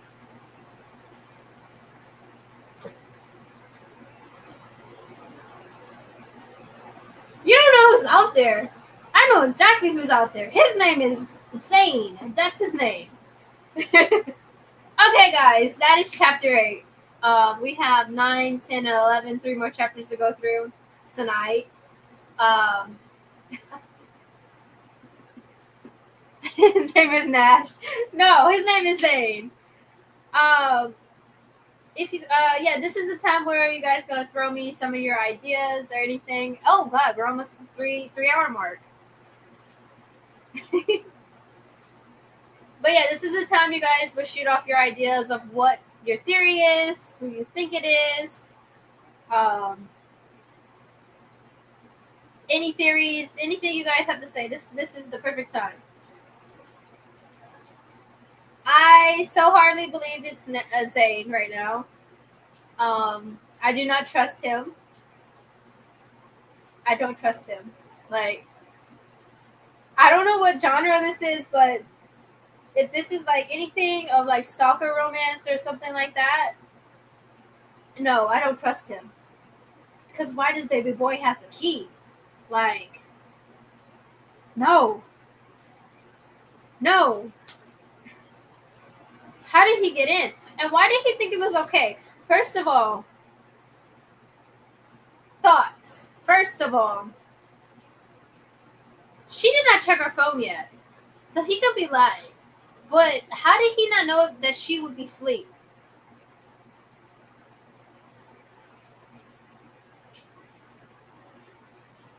Ain't that a bit creepy, guys? I mean, think of book logic, not real logic, book logic. Like we have to be a little bit delulu when trying to figure out who's a suspect, and so far we have nobody as our suspect. Apparently, it was what's his name?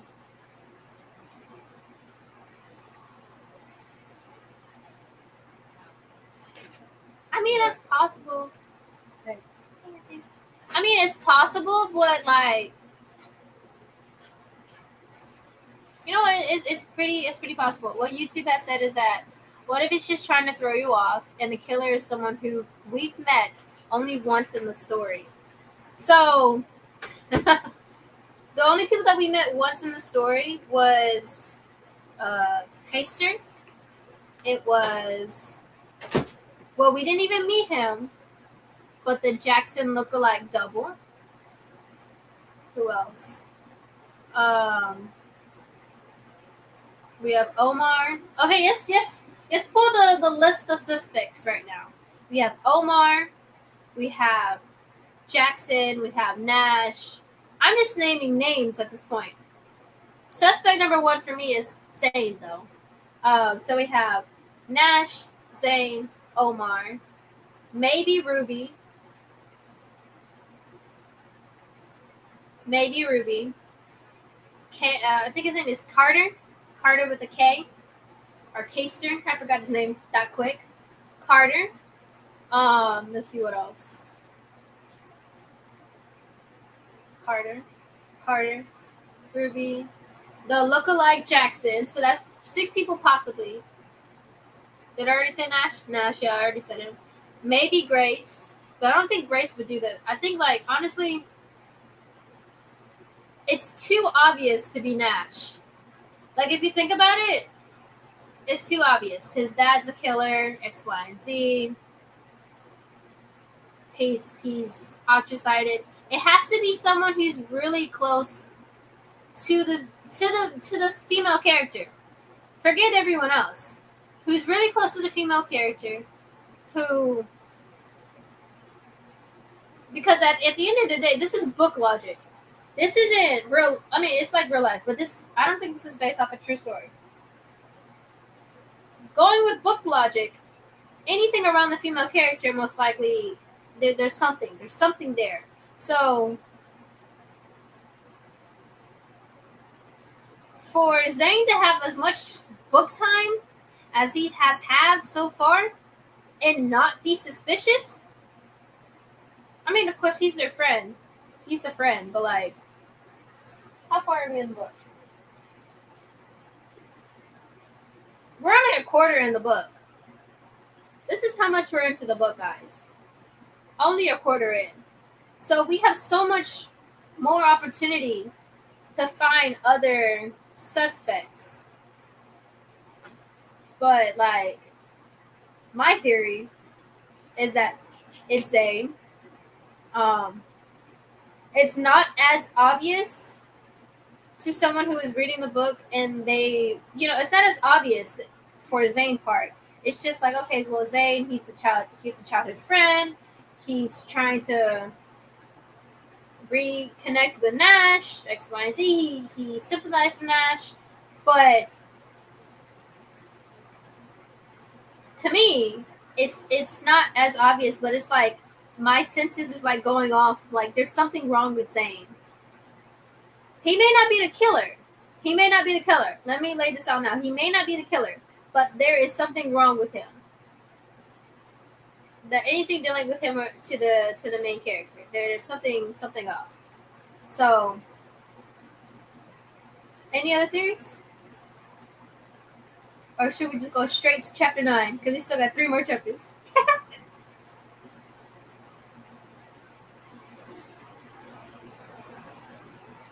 Because it could be trying to throw me off. Because at the end of the day, who was it that she bumped into at Benji's?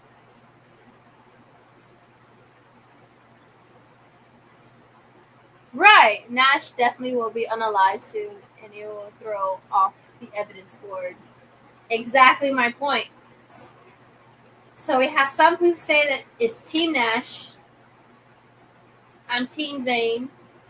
We probably do also have a team of unknown because there's probably not enough to as many suspects as we think. Um, let me see. But yeah, definitely, Nash definitely will be. And if not Nash, it might be Grace. Someone close. Because I kind of feel like if like I said, I don't know the subgenre of this book. I just know it's a young adult book. So with me going heads in with no knowledge of the subgenre of the book, and just knowing that it's a young adult thriller with a little bit of romance, anything is off the table. This is what Twitch said. He definitely overstepped his boundaries, but what if he saw someone snooping around before he went in the house?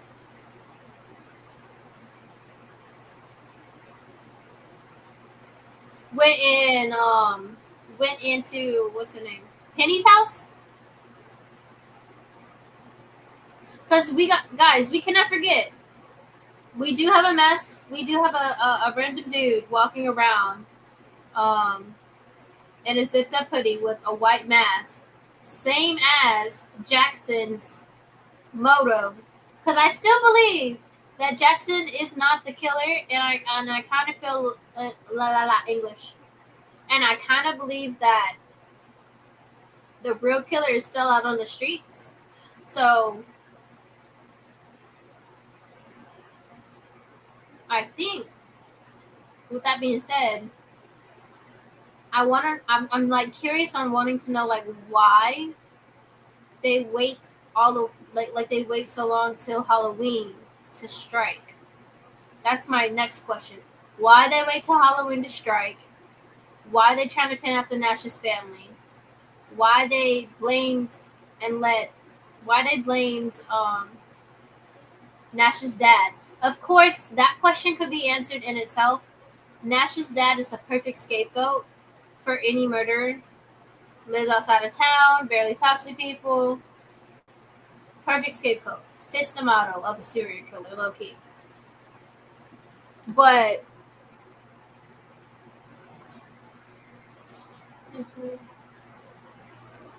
hold up, guys. I leave my phone.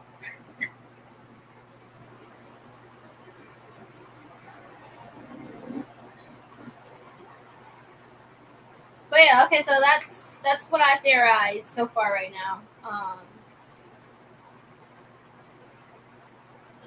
Zane has no boundaries.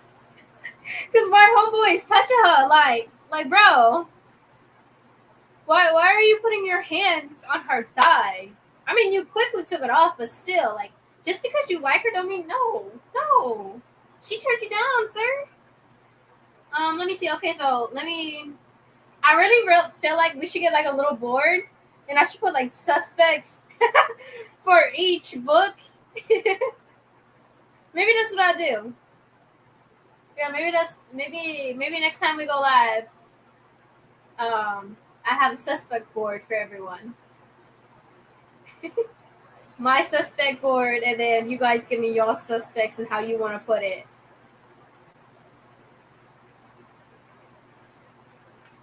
But yeah, okay, so here's a little bit of details.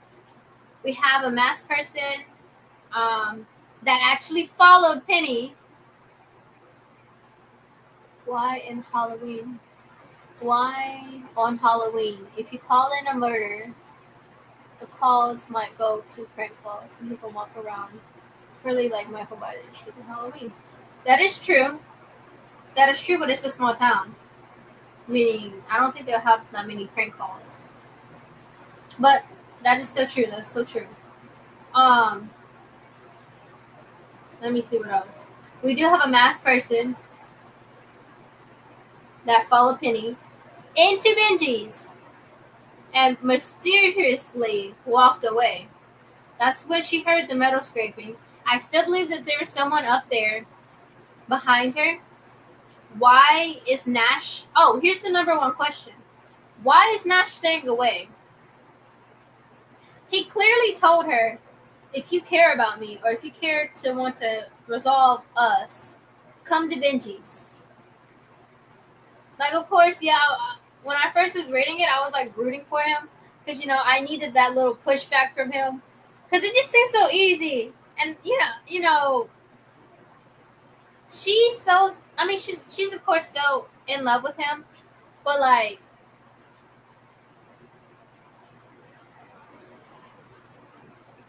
it's getting a little bit annoying in a sense because like she cares, but like, why now is my most biggest question. She went no contact with him for 6 months, and of course she did try to contact him. Try. She didn't send messages to him, but she wrote out messages. Um, why now is she so concerned? Like, of course, that's her friend, her ex-boyfriend, or her boyfriend, whatever we're gonna name him. But she still has not. It's not only her; it's her and the whole people. He's trying to keep down his killer urges. I'm dead. um, what was it saying? I was saying something. I was going somewhere with that.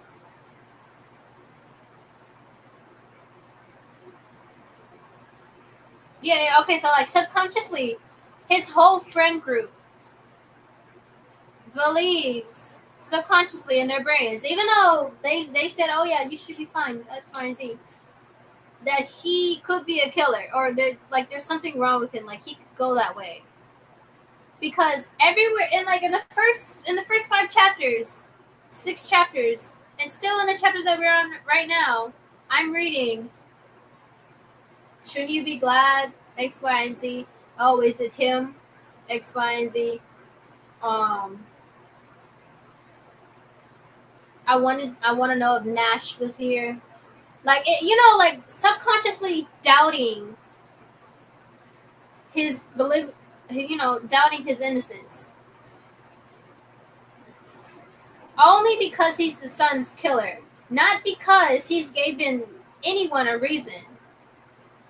Like, he's like they've all just been questioning him because he's the son's killer, and like in my brain, logically, without Delulu out, I want to say like, okay, it's good for him to ignore Penny and like not to have her in her, like not to have her in his life because honestly, Penny does not believe his innocence. Like that's what I think. She doesn't believe that he's innocent, like truly, because she keeps asking and keeps telling him like, oh, about the murders. She just keeps saying smaller comments that in real life no one will go for that.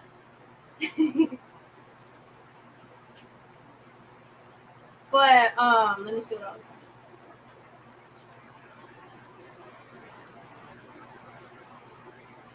He just wanted a barbecue bacon burger, and they try to make him the killer. Exactly, they're trying to make him into a killer, and that's kind of unfortunate. Unfortunate. Let me see. What else? What else? So that's my thoughts on Penelope right now. Zane, listen.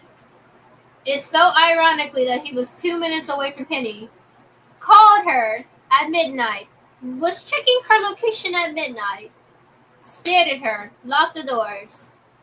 What else he did?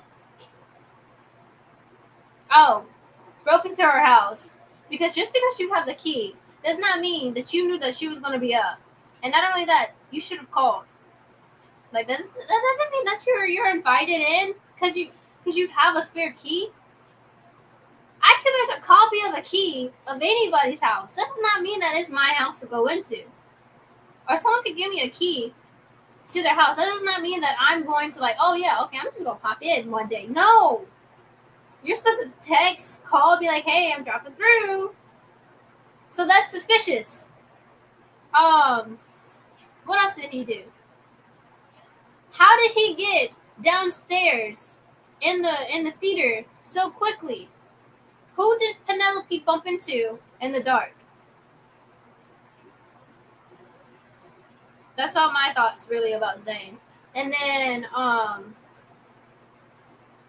Omar, no more friend. He's not really a suspect. Oh, another thing.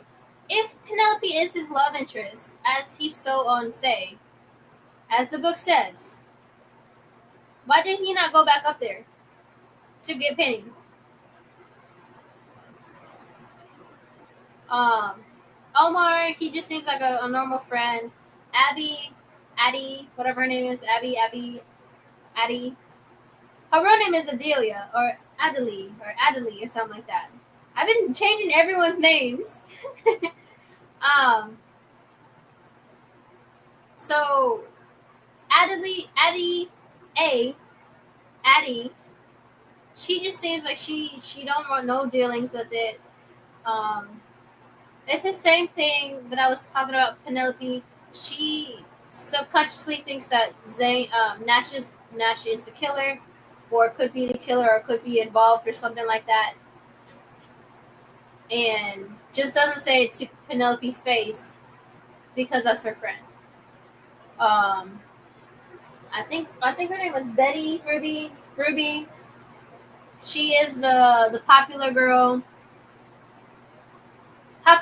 She actively hates Nash.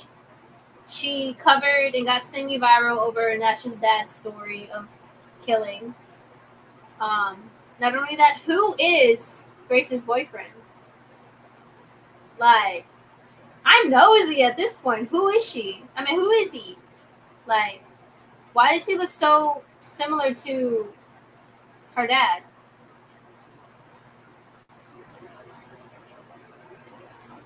Like, I think that's a little creepy. Okay, guys. Is that all our hypotheses? I changed hypotheses to hypotheses now. Is that all our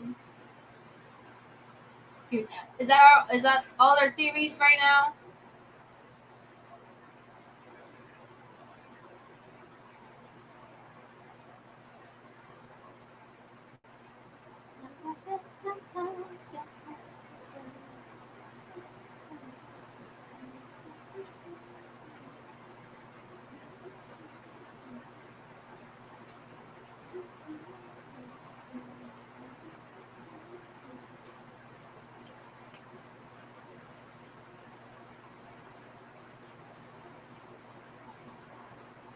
That's all. Okay, dokie. We're gonna start on chapter 9. Because I did ended up having to do the whole thing over again from reading from 6 back to chapter 9. Our time today is more than 3 hours, but that's okay. I enjoyed hanging out with you guys. I am going to stop reading at chapter 11. I still can't believe my microphone died. But here we go. Chapter 9. October 25th. I wait in the car at Screamfest after a super slow day at school. We don't usually come so early, but my parents are not allowing me out late, even though Carter is in custody. The killer might have been caught, but the fear lingers. It changes you, makes you more cautious, less trusting. Mom and Dad will never again be the easygoing parents that they once were. Across the road is the pumpkin patch where Catelyn was found a year ago. The era There is going to be a clip. I'm gonna do it myself. Well, I'm just trying to mispronounce that. I'm mispronouncing all the words. Highlights of the book club.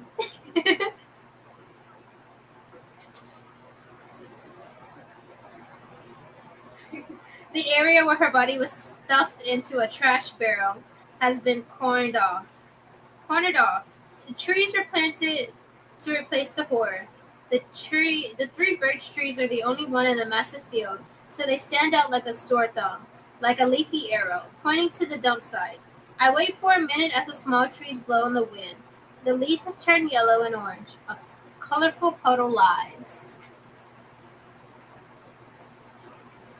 Beneath the trunk of each one, as if trying to conceal the blood that seeps through the bottom of the cracked barrel. Omar pulls up beside me with Zane and Addie in the car, since they all live within a block of each other. I get out and we head across the field and towards the forest. It's quieter than usual, but we thought it would be. Some people still feel it's in bad taste to carry on as normal after what happened this weekend. Selfishly, I'm just happy that Nash is in the clear and Carter is locked up. Omar and Addie push each other playfully, arguing over who will pee in their pants first. It'll be Addie for sure. Are you ready to be terrified? Zane asks in a deep, creepy voice. He slings his arm over my shoulder, and we can just about pretend that we're four normal teens with no worries and no darkness looming over our heads. In this town, always, I reply.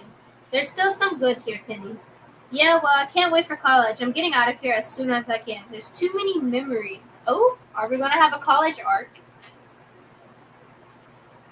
Okay. Okay. You can't let Nash drive you out of town, Zane says. He's not. He's the reason you want to leave, isn't he? Here, I'll always be the girlfriend of Jackson's son. Across the field from us is a carved sign, the letters painted red and dripping like blood. Screamfest. Beyond the makeshift entrance is the forest, acres of green, with webs of footpaths that we need to follow, all while having people jumping out at us and chasing us around. I shudder in anticipation. My frayed nerves probably aren't ready for tonight, but I don't want to stay in and wallow. I've been coming since I was 12 and say never again each time. Even though the actors aren't allowed to touch us, it's still terrifying.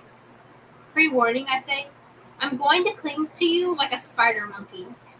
Zane laughs. Don't be a baby.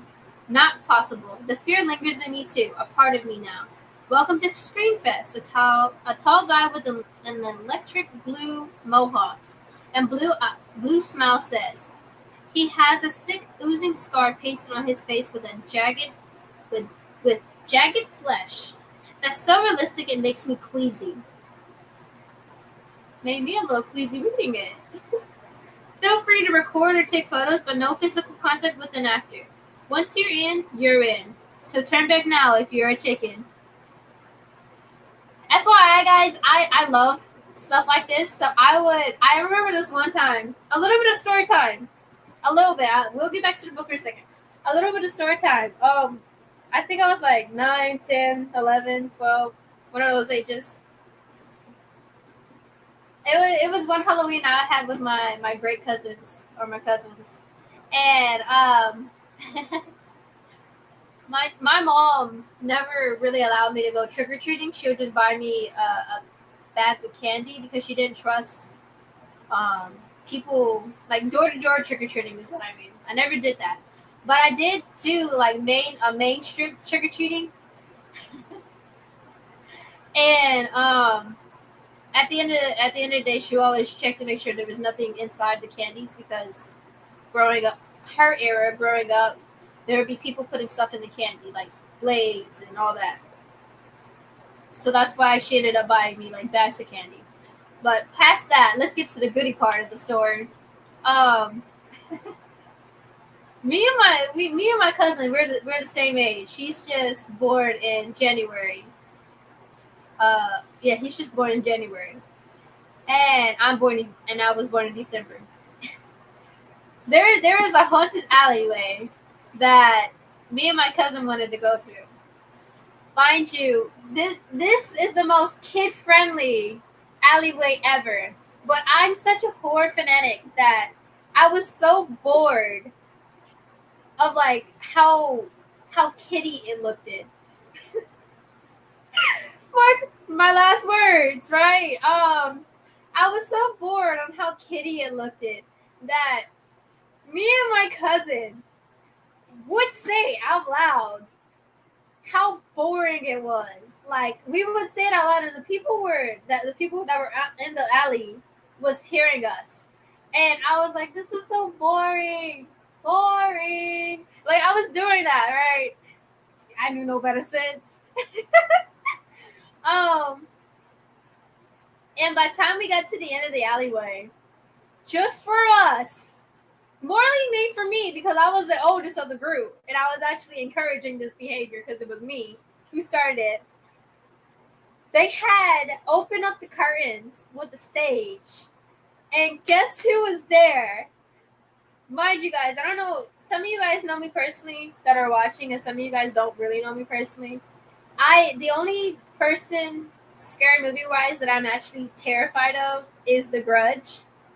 That's the only person that I am terrified of. Out of any scary movie or horror movie that I generally watch, that lady has put me through 2 weeks of nightmares. 2 weeks, okay? When I first watched The Grudge, and I will never watch it again.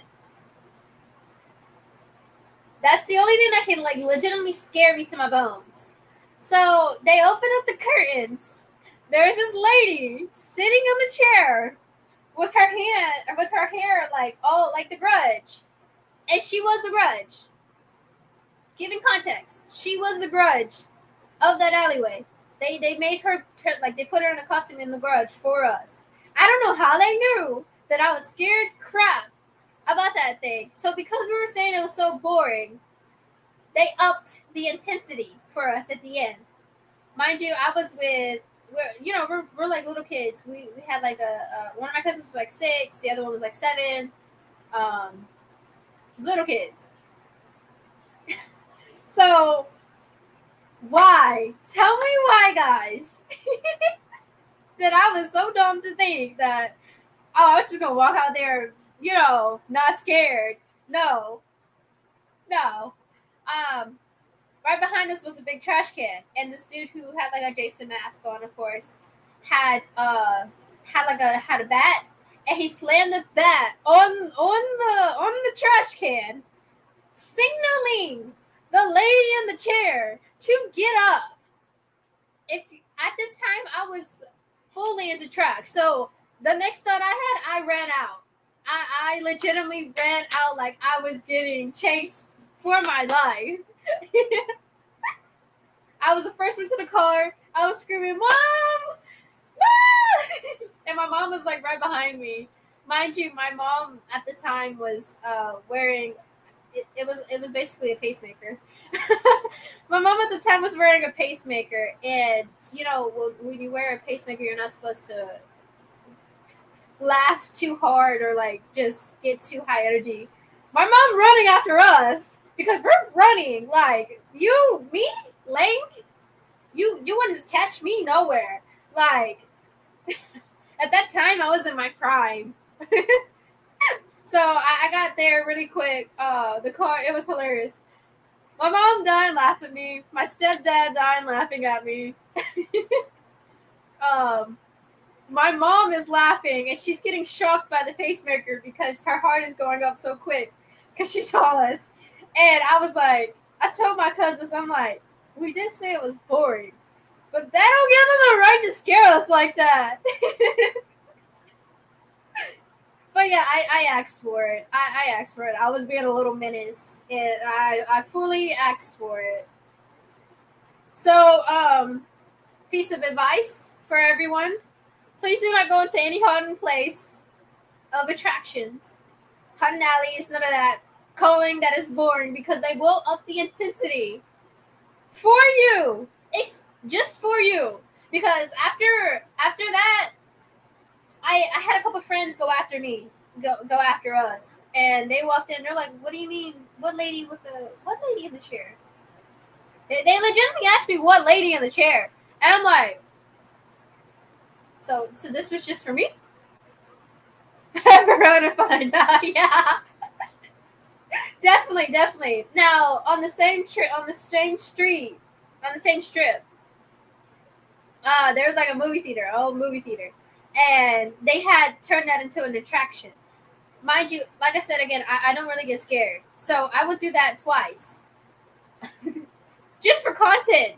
I went through that twice, and that was not kiddie friendly. That was not kiddie friendly at all. They were having things coming out of caskets. They're having people touch you, clowns touch you. I'm not afraid of clowns, so it didn't really scare me. I was like, why are you touching me? the person who was in the clown suit laughed because I'm like, why are you touching me? But that's how the scale of the fear of grudge and the fear of everything else. Like the grudge is up here, and everything else is down here. But yeah, that was fun times. That was fun times in my life. Yeah.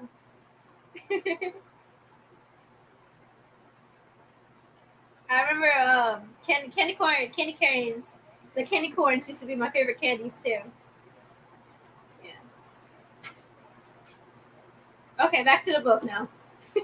You heard a little bit too much about my life now.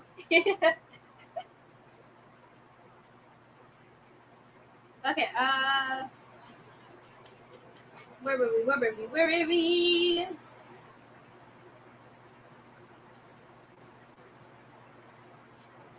Okay. Thanks, dude, Omar says. We walk on and the group behind us stops for the Mohawk speech. Omar bounces up and down, loving all the scary things.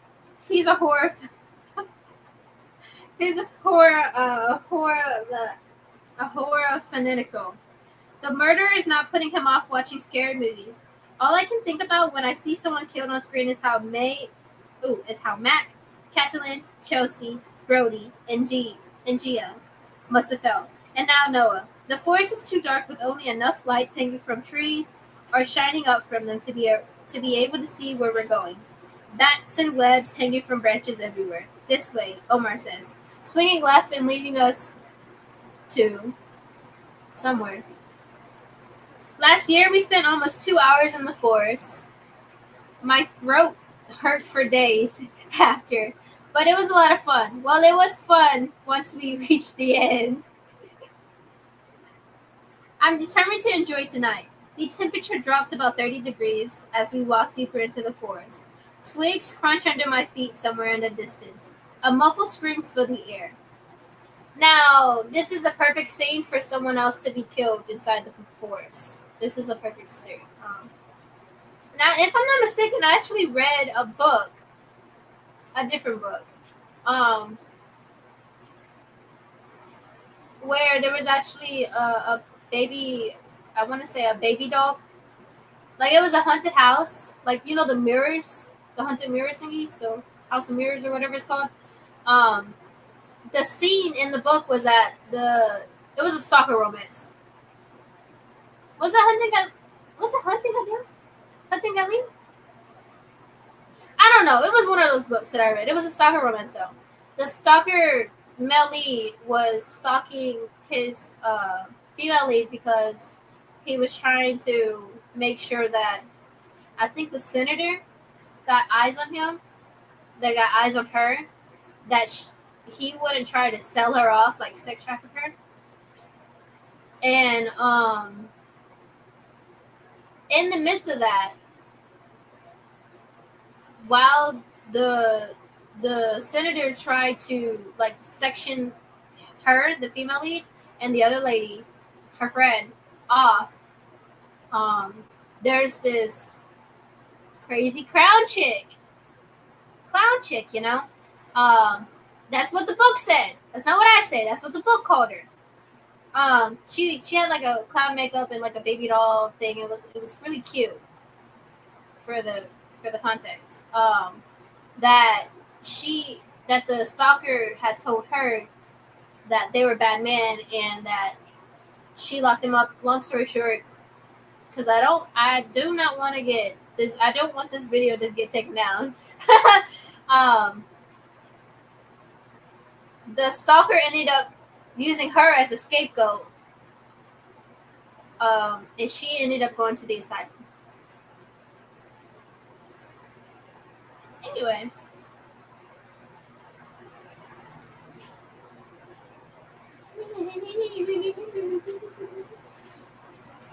Where do you think our first scare will be? Addie shouts and grabs his back. Here. He looks down at her dip hand. You'll have to do better than that. Keep going, I says, laughing and pushing them both on.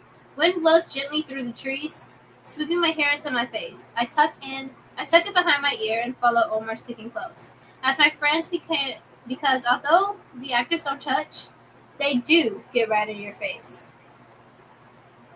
I almost smacked one the first time I came. It was instinct.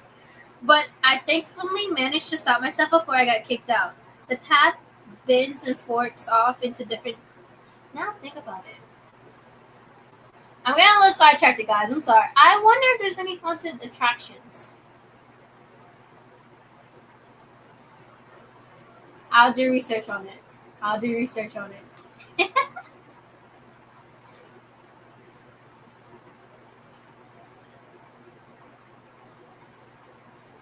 Doesn't matter which path we take, we'll be scared along both. Which way, Omar asks. Right, I reply. We went left last time. Omar immediately turns right and we hear another round of screaming. It sounds like it's coming from somewhere up ahead, and I try to steel myself. My pulse quickens as we move along the path. The anticipation is almost worse than the actual scare. I watch the trees and trying to see if I can make out any movements between them, and I can see a vertical palette. There are a lot of those over all the forest, as well as hunts and other places people can leap out from behind. Not all of them, though, because that would take away the element of surprise. You ready? Zane asks as we approach the first pallet. They're never behind the first one, Omar says. Shit, I'm scared already, Addie says, laughing and gripping Omar's sleeve. I move closer to Zane. I'm using you as a human shield. Nice to know you care, he mutters sarcastically. As we get closer, my heart thumps so hard that I feel dizzy. It's not as horrible feeling being scared with the knowledge that you won't be hurt, and it makes me feel alive. Probably more alive than I have all year. Zane, I say, squealing as we come level with it. See? Nothing there, Omar says. At the same moment, someone drops down from a tree. I would love to go to this place. I would. Honestly, I would never go to somewhere where I will get touched. Like, they touch you to scare you. I would never go to somewhere like that, because at that point, I'm signing up for torture.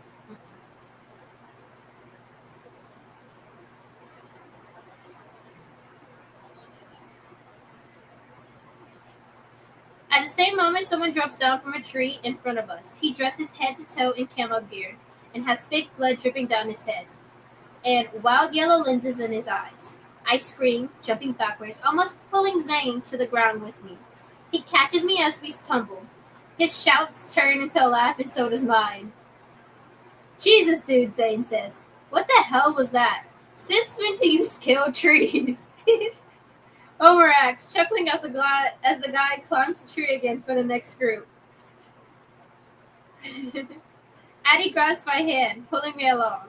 I need to keep moving, she says. The faster we go, the faster we can leave and drink.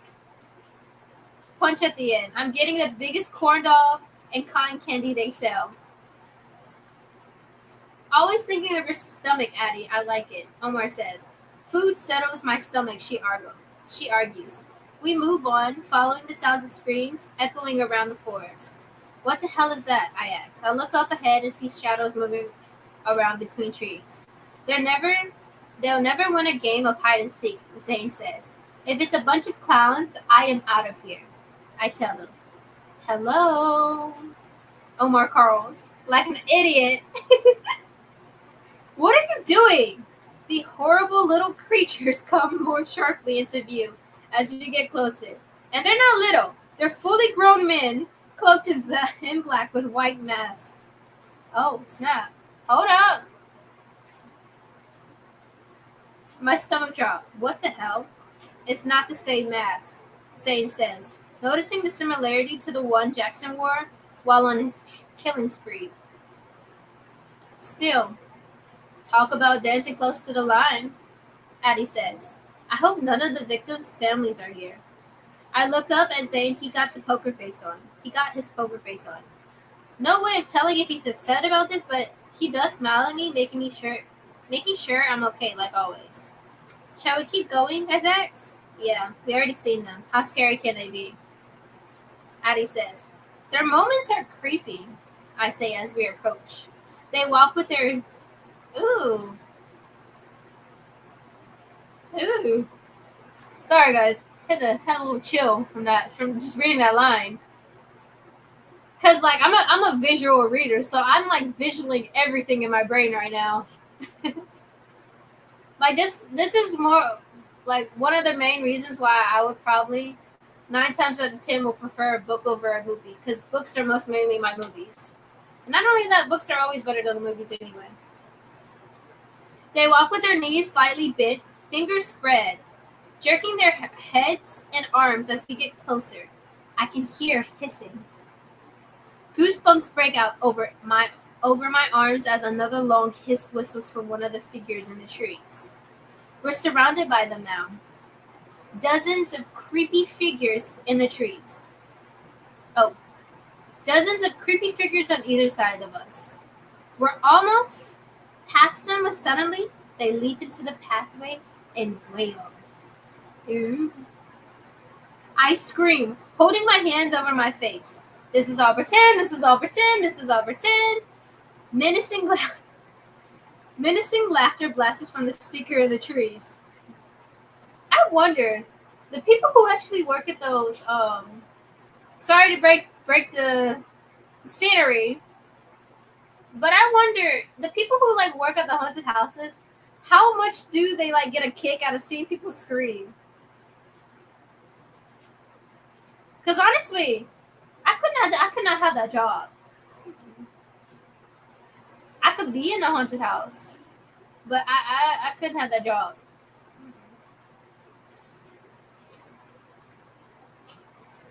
The others shout and jump to the other side as one runs right down the middle of us. Looking up, I back against a tree and something catches my eye. It's just a flash and probably a trick of the light, since I'm still hyperventilating, but one of the masked freaks just looked a little different, older than the rest, kind of like Jackson. Didn't I just say, what if there's a murder? What if there's a murder that happens inside? Didn't I just say that? I guess as two snap their necks to the side in front of me. I jump around them, trying to figure out where the other one went. Two more jump the others, staggering in front of me. Arms moving in quick, robotic movements.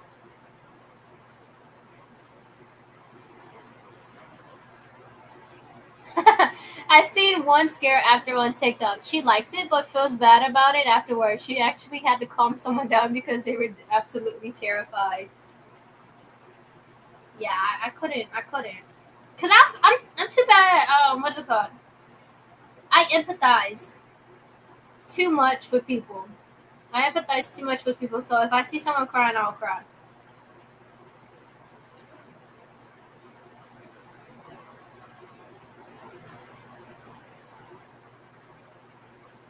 Okay.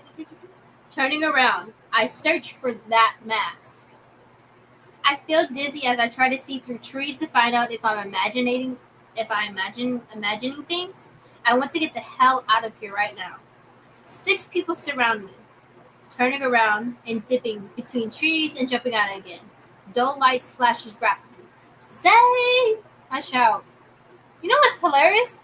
I actually had a childhood friend named Zay. That's hilarious. Squinting, I look over my shoulder and feel something clamp my wrist. Ooh.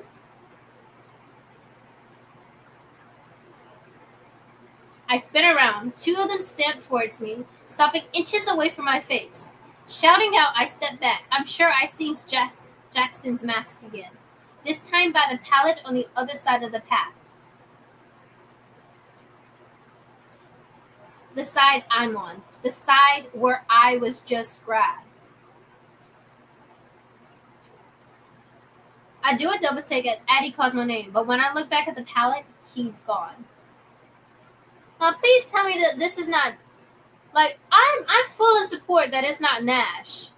But like please tell me that Nash is like scaring her. Like he's doing like I don't know if you guys have ever played. I think it's Dead by Daylight. If it's not Daylight, no, it's Until Dawn. That's the game. I had to think of it for a second. I don't know if you guys have played Until Dawn. A little bit of a spoiler if you guys haven't played it yet or watched it. The brother to the sisters that had ended up getting killed in the first scene ended up playing a very cruel joke on his friends. So I hope this is not the case in this book.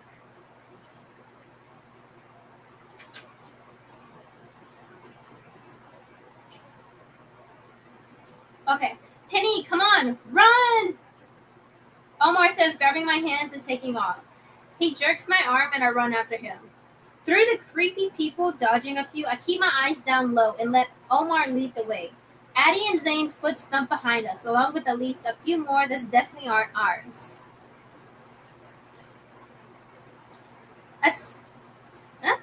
A stitch digs into my side as we run.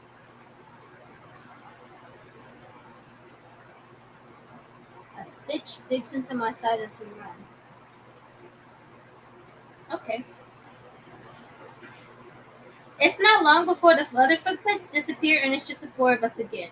We slow to a walk once we pass the commotion. Okay, I didn't expect that. Addie laughing and bumping Omar's arm. I drop his head. Did you see that? The 15 masked men in black jumping in front of us? Yeah, I did. Zane's voice drips with sarcasm. He smirked, pleased with himself. Yeah. See. Listen, guys. She lost Zane. That could have been Zane. I'm just saying. I'm just saying, guys. I opened my mouth to tell them what I saw, or rather what I think I saw, but quickly swallowed my words. So far, the lead up to Halloween has been all about what Jackson has done. My life has been consumed by the past. No one needs to keep hearing about my issues. I don't care what anyone says, they were the scariest. Addie says, even if we did see them before they start creeping. I'm with her there. I thought they were just going to be distantly eerie and add to the vibe. I didn't know they were going to do that. I can't wait to review this year's event, Omar says. You're such a dork, Zane replies, thumping his arm. Next we come to a shed with a large barn door opening. Last year it was set up like a dungeon. I groan. Come on, Pin, this will be fun. There's a path you can take to avoid the shed, but there's absolutely no fun in it. Plus, things will chase you either way. Inside, the hunt is dark with low red lighting. This year's setting is an operating theater, not a sterile one. Fake blood is splattered all over the walls. 2 beds are against one wall, and a set of cupboards are on the other. We take another step, all of us laughing in preparation for what's coming. Whatever that will be. I manage just to push away the mask thing, desperate to be normal. My guess is a blood-soaked surgeon is going to run at us. This is so sinister, I say, looking above us at the blinking strip light. There are 2 lumps in the beds, but I can't see movement, so I think it's probably non-living props. Creepy as hell, Zane adds. I love it. My pulse is skittish as we move closer to the middle of the room. Whoever is in here doesn't have long to make their move before we're out. A scream echoes through the speakers hitting in the room. I startle, bumping into Addie and laughing. The light flashes again, and then the room goes dark. I gasp as my eyes adjust to the dark. As I do, I see them again.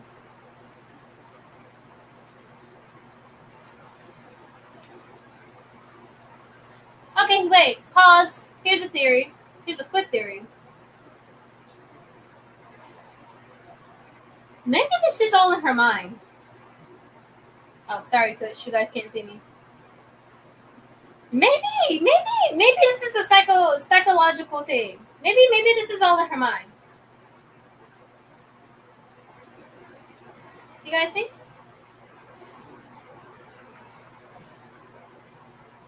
Any further thought?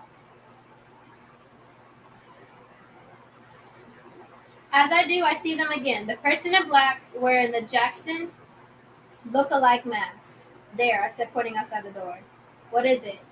Zane asks at the same time. Our surgeon leaps out from behind the cupboards holding a chainsaw.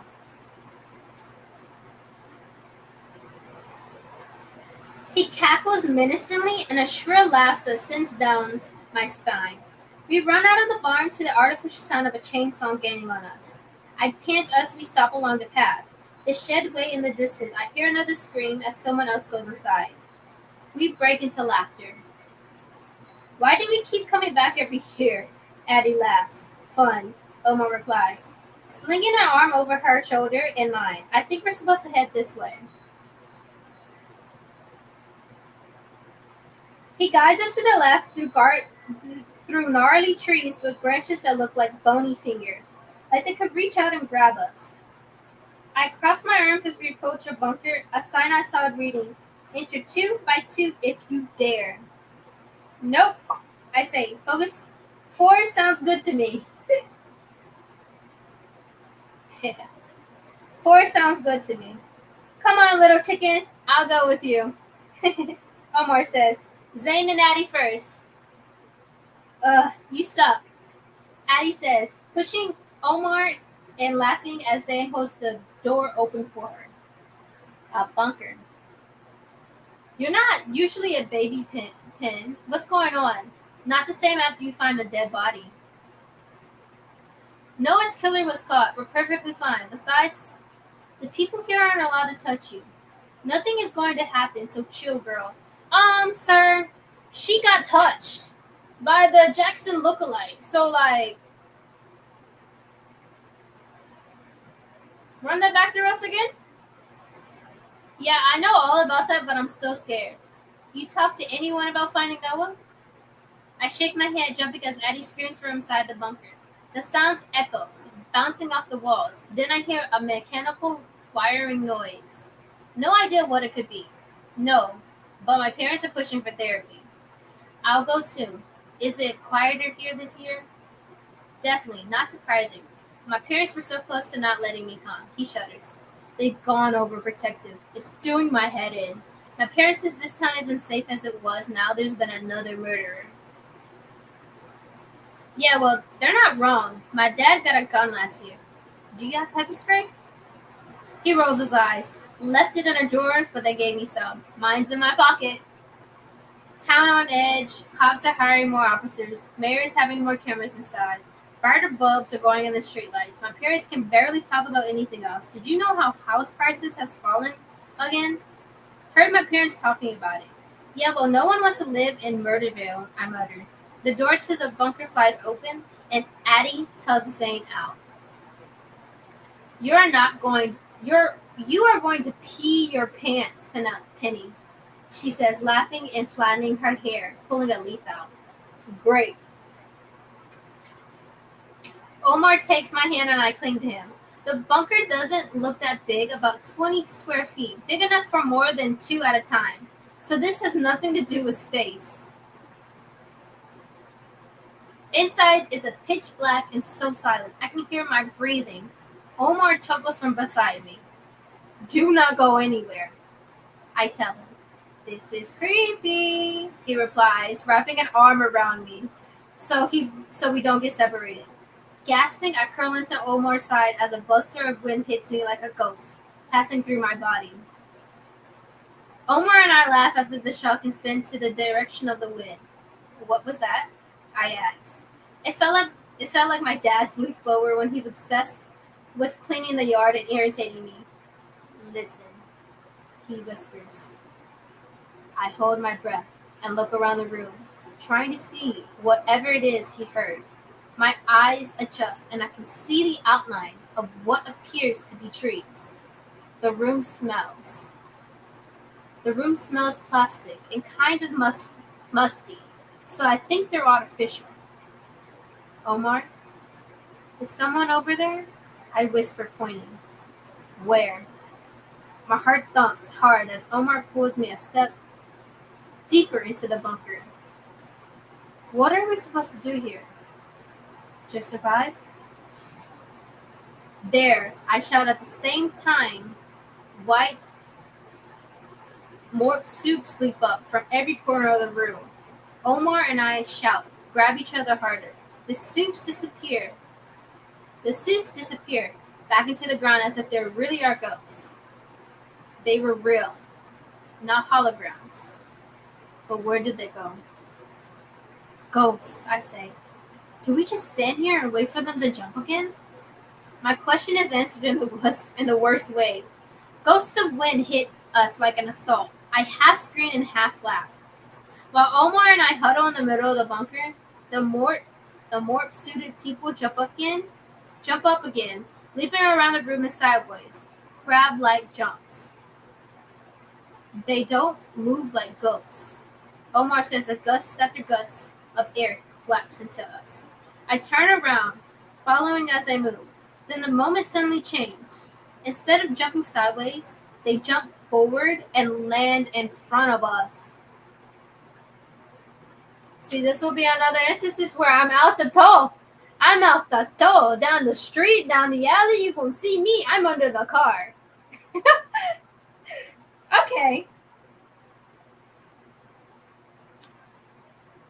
I scream and Omar leaps back, letting go of me and falling on his ass. Although the creepy dancing morph suits are about 5 feet in front of us, leaping and running in different directions, I still laugh at Omar on the ground. I reach out for him, but 2 of them jump between us. Oh, snap. Is she going to see him again? Then they start moving in a circle again, one around me and one around Omar. You'll see what happens, guys. He gets to his feet as I turn around, counting 4 people jumping around me. I see a break, a couple-second gap, and run through them. They run to the outside of the room again, and that's when I think it's over. I move to Omar so we can leave, slightly disappointed that it was just a bit of grin and morph suits. Before I can reach him, a crackle echoes through the walls, as if the concrete is cracking. That is said crackling. Hold up. Cracking. Omar and I look at each other in the dark. We didn't hear this when Zane and Addie were in here. What was that? I asked. The morph people are nowhere to be seen. The tree line around the room disguises them perfectly. Let's go. I'm done. I say. The anxiety of something happening again is making me want to get out. Alright, this was kind of a bust anyway. We turn and that's when the crack booms again. I jump as something hits us over and over. The wind carrying whatever is whipping around the room like a tornado. Leaves? Fake leaves? I bat my hand as they fly on my face. The morph suits leap up from their hiding spots again, doing star jumps and disappearing back in the ground. I bat my hands as they fly on my face. Oh. Through the leaves and my arms wrapping around, I see something in the corner of the room that sends ice trickling down my spine. I stumble sideways, trying to put as much distance between me and him, bumping into Omar as I go. There! I shout. I see them, Pin. I open my mouth to tell them it's not Morpheus that is. It's not the morph suits. It's the Jackson mask. When another crack explodes through the room, swinging my arms at the winds picks up, I reach for Omar to get out, to get us out of here.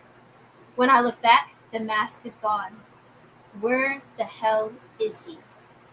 I don't ever want to see it again, but if I know he's here and lost sight of him, we could die.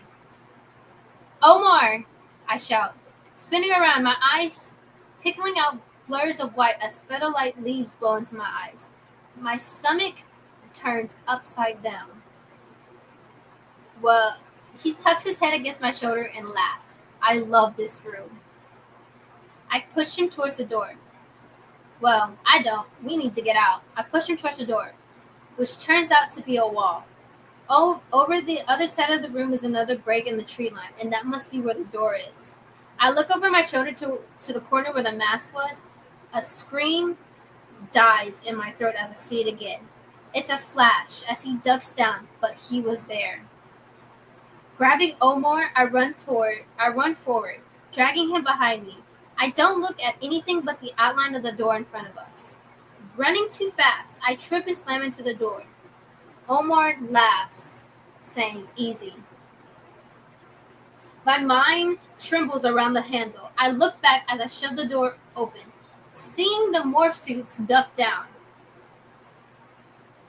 As soon as the door opened, the wind halts as if I pressed the off switch. I stumble out, pressing my hand over my heart, thudding against my ribcage. My pulse and breath too quick. That was insane, Omar says, brushing leaves off from his hair. There was someone in the bunker with a white mask, I say. When I can breathe again. Did anyone else see him, Omar? He shrugs. I saw all those creepy white things. I was too busy being terrified by the white suits, Addie replies. What even were they? Besides, there are people in masks all over. Right. No one else has seen it. And I've seen it 3 times. What if it's in my head? That's all I need. After an hour and 45 minutes of pure fear and screaming my head off and thinking I'm going insane, I'm relieved to be at the end where I can eat and wait for my heart rate to slow down. That was epic, Eddie says. I head straight for the punch stall. I need a drink so bad, my throat is burning. The punch is the same as every year, some sort of red fuzzy concoction that tastes like cherry and something else indefinable. The boys go straight for the food so we can get through the line faster. The sign that says "I survived Screamfest" is blocked with dozens of group wanting pictures. We always do ours at the end when we're no longer hungry or thirsty. Addie, did anyone grab you while we were in there? I asked as we carried 4 cups of punch to a picnic table. The boys have grabbed. They were clearly hungry because they have corn dogs, mac and cheese, cake, and white chocolate dripped marshmallows with goat faces on them. No, they're not allowed to do that. I did almost kick one of those creepy masked freaks dancing around, though. Yeah. I hand Zane a punch and sit down. Penny says someone grabbed her, Addie tells the boys. Zane black brows rise. Really? You want to talk to someone about that? We should. They can't have people grabbing everyone. No, it's fine. Besides, we all kind of clung to each other out there. Maybe that's all it was. I don't want to get actors in trouble for nothing.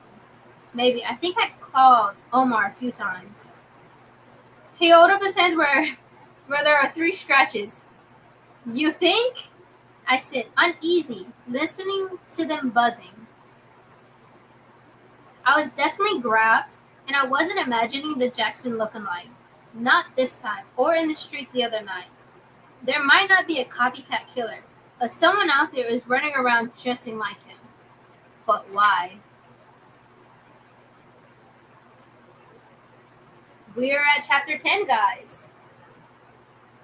Ooh, almost 4 hours. What do you guys think? Should we go straight to the chapter 10 or shoot some more theories?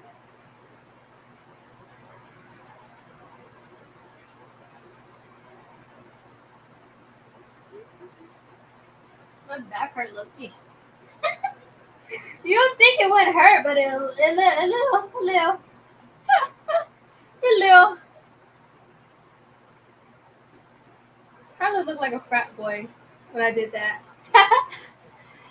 Straight to it. I'm kind of hooked. Okay. You're kind of hooked. I've been hooked. Been hooked since chapter 1. Straight to it, guys. Okay, let me see if my mic is actually back up and running. Hold up, guys.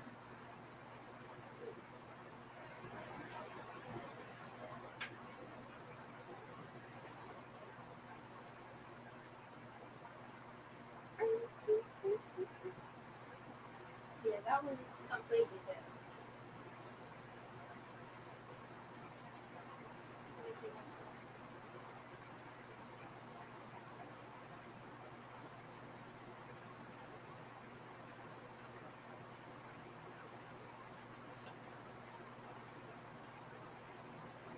Let's see. Hot dog, diggity dog. It's a brand new day. What you looking for? Hot dog. Okay, guys. I'm not sure how much this is charged, but definitely let me know if you cannot hear me. Like as soon as you guys notice it.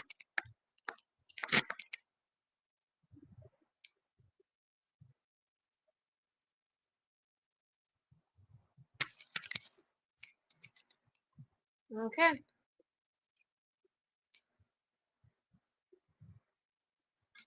Chapter 10, guys. We only have two more. We have one more chapter after this one.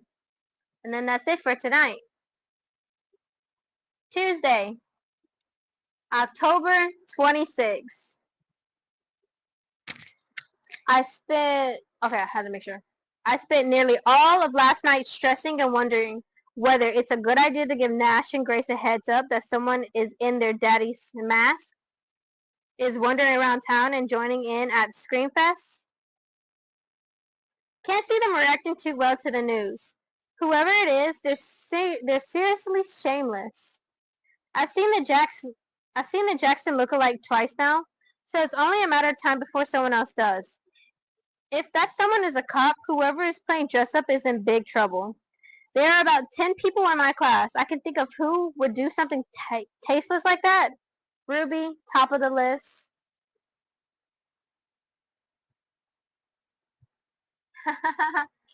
Day sounds familiar, even down to the day. Yeah. I know a certain someone.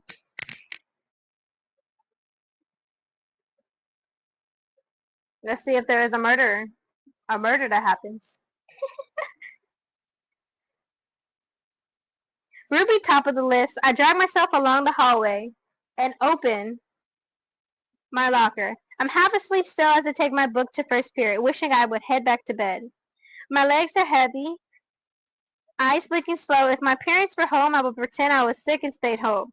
Since they're away, I can't. If school called them, they would come straight back. Ruby and her group of friends are ahead of me in the hall. One of them does a double take, and then the rest of them, not so discreetly, glances my way. They make no effort to hide the fact that they're talking about me, about Nash, and their latest accusation. Now they're saying Nash was in on it with Carter. Those two were never friends, so it never made sense. Idiots. I heard she faked an alibi for him. I bet she's still seeing him. Do you think they both knew what their dad was up to? Probably. Nash is such a creep. He's so going down for this. Like father, like son. My stomach burns as I listen to nasty BS they're spewing. Hey, I snap. You have no idea what you're talking about, so shut the hell up. Ooh, we made her mad, Ruby says. Ruby teases, pushing her hair over her shoulder. You should worry less about us and more about your sick boyfriend joining his daddy in jail. I launched forward and shoved her into the locker. She gasps, and her coward friends take a big step back from her. Ooh. Okay, so this is a word that I do not like, so I'm not going to say it. You be, she shrieks, throwing herself at me. But I'm ready and waiting. I push her before she collides with me. Cut it out, Penny, Ruby, my office, now. Principal Fireman bellows from down the hall. Ruby straightens her hair, pulling out a stringy fake cobweb that was stuck on the locker. She attacked me. You'll both have the opportunity to explain when you get into my office. The rest of you get to class. I turn around and follow Principal Fairman as he leads us into his office. On the way, I pass Zane, who's watching with pride in his eyes. Hey, Mouse. You okay? I don't know why that gave me the thought of that one scene in 300, I think it's 365 days of Are You Lost, Baby Girl? I just cringed. I'm like, what? Okay, guys, okay. I don't know, I just think that he's cringe right now, so maybe that's why. As I pass giving him a quick nod, I walk into the principal's office and take a seat. Ruby huffs and drops herself down next to me. The only sign of Halloween in this office is a spider in the corner of the room. But I don't think that's decoration. I want to know what's happened out there. Penny, you can start. Not a word, Ruby. She was talking crap, as usual, telling her minions that Nash is just like his dad, that I probably knew what Jackson was up to, and that Nash is going down. Principal Farman nods, his expression impartial, and then I clenched my hands by my knees. I was angry and I pushed her. Ruby. Yep. She went postal. I wonder why. Another enough, Ruby. Principal Farman says, if I see this from either of you again, it will be a week of after-school detention. Am I clear? We both nod our heads, understanding. Ruby, you can go to class. Penny, please wait behind a moment. Penny smirks as she leaves, and I wish I got a slap and I wish I got. Sorry, guys, hold up. I wish I've gotten a slap in the back there. She's such a witch. I hate her. Once the door is shut behind Ruby, Principal Farmer clears his throat. Penny, what's going on? This isn't like you. Everyone talks about him like this is his fault. He didn't do anything. I pushed her twice. It was hardly a fight. He nods. I understand. He can't even come to school. He hasn't been expelled from school. That doesn't mean he's welcome here. Principal Farman sighs. I think it would be a good idea for you to see the guidance counselor. What? I don't need to talk to anyone. I need people to stop talking. Ooh! Ooh! She almost left!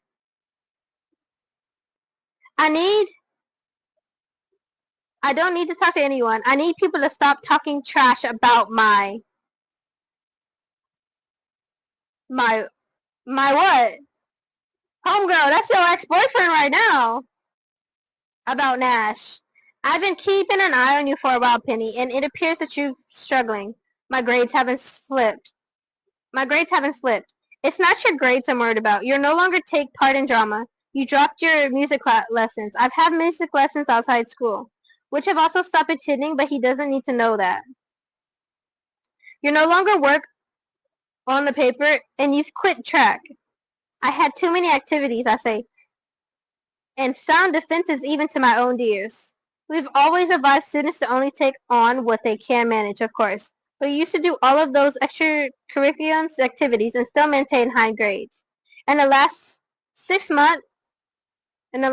months, you slowly dropped them all. Ooh. Since shortly before Nash and I stopped talking altogether, I've been struggling, and I knew my friends noticed. But I didn't think that the damn principal did too. I don't want to talk to anyone.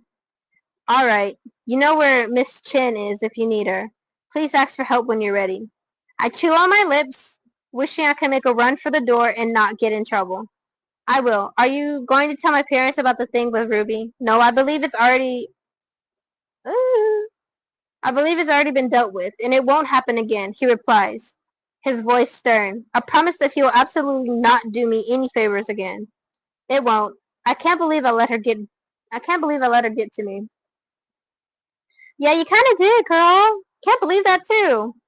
He smiles sympathetically and is slightly condescending. He might as well say that he thinks I let Ruby get to me because I'm not coping well, and should take his offer of seeing the guidance counselor.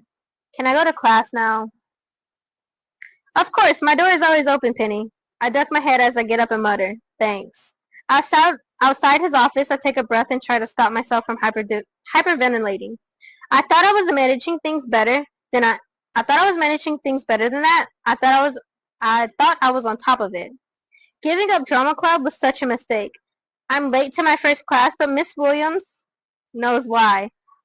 Although his lessons Mr. Williams know why. Although his lessons I feel watching me, how have I not noticed the teachers keeping an eye on me before? Zane sitting beside me tries to get my attention. Let me see. I have to go, but I'm definitely going to come back to watch the video. It's getting good. It is getting good. Have fun. No worries. But it's getting good. Don't miss it. When you do come back, I can say, so you know the exact timestamp, it's around like 3 hours and 48 minutes. Yeah, that's roughly around the timestamp that this will be.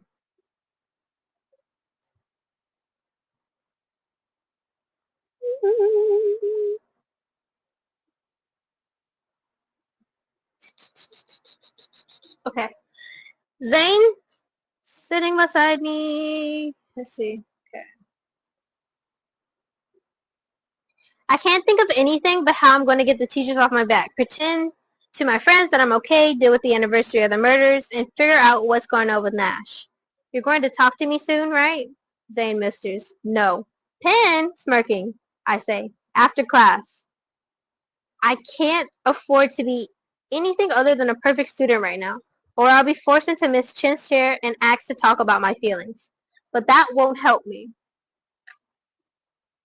I managed to avoid Zane and Omar until lunch break. Addie, currently serving a detention for back-talking a teacher, seemed extra extra agitated that she wouldn't be getting the gossip until after school. We're in the cafeteria. I'm nibbling on a slice of pizza while trying to pretend I can't see two pairs of eyes staring intensely at me. Penny, will you tell us what's going on? I wish I'd seen it, by the way. Slam right into the locker. I love a chick fight. Omar reconstructs reconstructs the shove, his hands flying out in front of him. Damn. I'm seconds from slapping you, Omar, I say. Then tell us what's going on. Zane slides a wedge of cake towards me. I'm not sure if it's a peace offering or a bribe, but it's chocolate, so I give in. Ruby was being her usual hateful self, and I've had enough. She's had enough, guys. What was she doing? Omar asks. Was it about Nash? Here we go. Omar and I never talk about him. Yes, it was. You're still hung up on him? I don't care if you don't understand. I'm so tired of pretending. Nash is our friend, and he's alone, Omar. This bothers you so much you fought with Ruby. You, the girl who's perfect, who never even missed a homework assignment. I'm not perfect. He raises his dark brows. You are a pin. I wish you talked to us before. I don't hate Nash. It's just that my parents would lose their minds if I start hanging out with him. He didn't want us around much either. Can you blame him? His whole world had just been crushed. Omar holds his palms up. No one's saying we blame him. What do you need us to do? Stand up for him. He only has grace. Laughter erupts in the cafeteria, stealing our attention. Two students run between tables wearing Momo masks with a creepy smile and bulging eyes. I shrug, arching my back as one of them brushes my hair on their way out. Ew, don't touch me. Another one throws their arms up in front of May and shouts. Omar stands and shoves him.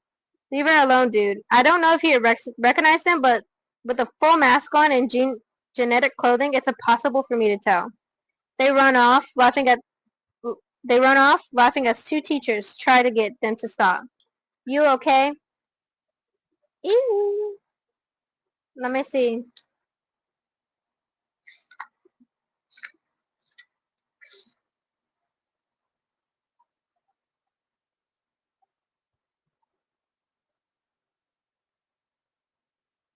Yeah, thanks, Omar. See you in class, Penny.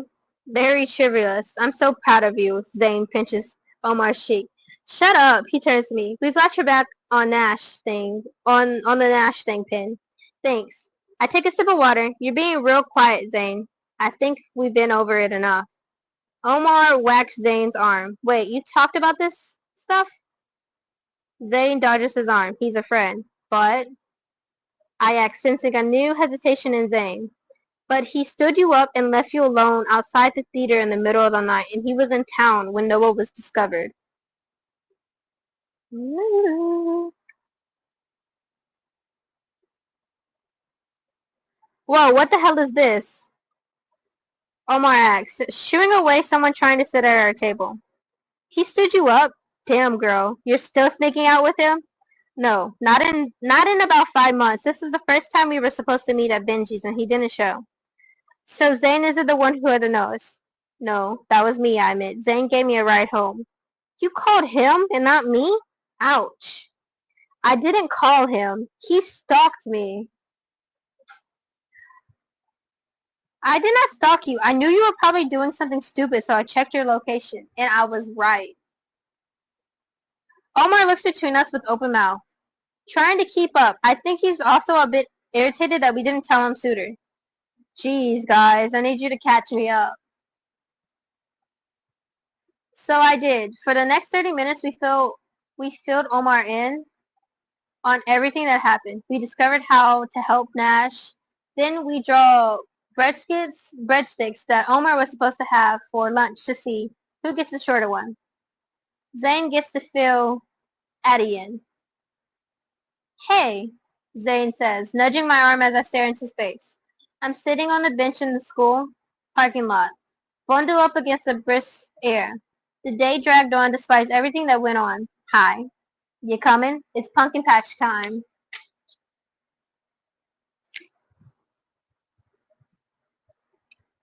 I'm honestly surprised that nobody has been unalived yet. Um, yeah, we're almost about halfway through the book.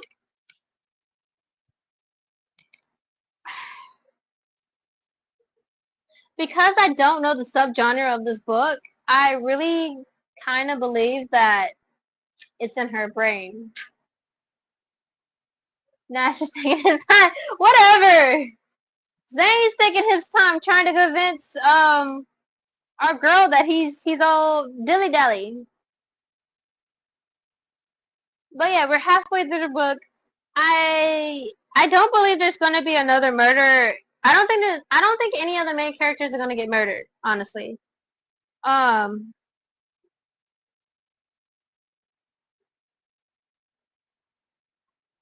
my honest opinion is that if we do get someone murdered, it's most likely not going to be our main characters. It's going to be someone who an offside character.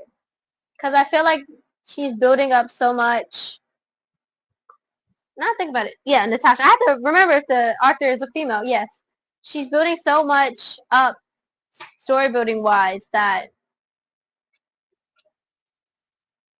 it's obvious if someone's going to get murdered like in the first 25%. But we're about almost near halfway.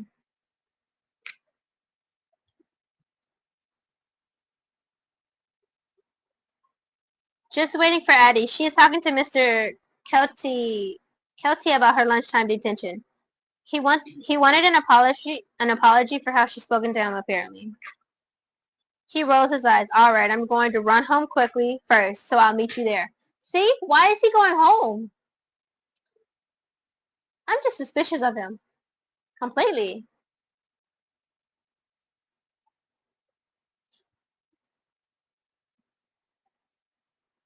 Where's Omar? Trying to flirt with May again. He thinks she was going to give him the eyes after he defended her at lunch. Laughing. The eyes? Laughing. He shakes his head. No idea. She was probably trying to figure out why he keeps staring at her. See you later. Addie comes stomping towards me 5 minutes later with a scowl. He's the most boring man on the planet. The monotone voice. The where is your respect for authority BS. Pumpkin patch? I ask, ignoring her. Yes, please. I'm going to carve into one of them that look like his face and then smash it. You keep talking. You keep taking the high road. Wait, how many pages? Actually, guys, I think we're just gonna cut it off here. Once we finish this chapter, because it is getting late. It is getting late, guys. It is getting late. But after we finish this chapter, I will cut it off at chapter 10.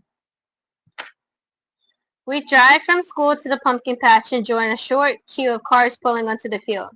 Gray clouds clumping together in the sky. I don't think there's been one year I've come and it hasn't rained. The whole car ride. Addie quizzed me on the almost fight with Ruby, telling me how proud she is and how gutted she feels to have missed it. Are you carving or painting this year? Addie says. Painting. Slicing into something doesn't feel the same anymore? Subtle, Addie. I park into the massive muddy field and take a breath. Last year my car got stuck and Nash had to tow me out. We had no idea how much things would change just 2 days later. There are people in costume walking around and selecting pumpkins. My stomach lurches at the thought of seeing Jackson masked in. I don't think whoever it is would bother. It would be stupid to even try. Hay bales are stacked, covered in giant spiders. Halloween characters, la la la. Halloween character mannequins with masked clowns, ghosts, vampires stand randomly in the field. I count 10 at first glance. Did you watch Ruby's TikTok last night? She said. They were insane. She was going off on Carter and Nash. Why Nash? I said, getting out of the car. He's innocent. My boots sink into the squishy mud. Addie slams my door. Who knows? She also mentioned Grace and said she was probably working with Carter since they dated. They dated for almost a week, like 2 years ago. I think about Gracie's mysterious boyfriend. Maybe she and Carter rekindled their relationship. That's what a bunch of people said in the comments. She got so mad that she deleted the whole thing. She linked my arms. I hate Tuesdays. We have no classes together and lunch detention without you was dull. Well, think about the next time you tell a teacher he's an idiot. He is an idiot. Hey, hot chocolate? Yeah, I'm frozen. I rub my gloves together. The line is short, but it still takes almost 10 minutes to get a hot chocolate. We huddled together and ordered 2 large cups. Periodically, a speaker near the food carts let out a scream. Addie and I laugh every time it makes someone jumps as they walk by. Let's head into the maze first. The boys will find us eventually, sure. I don't want to hang around in case it rains again. I want to do the maze, paint a pumpkin, get fresh donuts, and go home. Although Noah's killer has been caught, I'm not feeling very festy. There is still a death. Noah won't get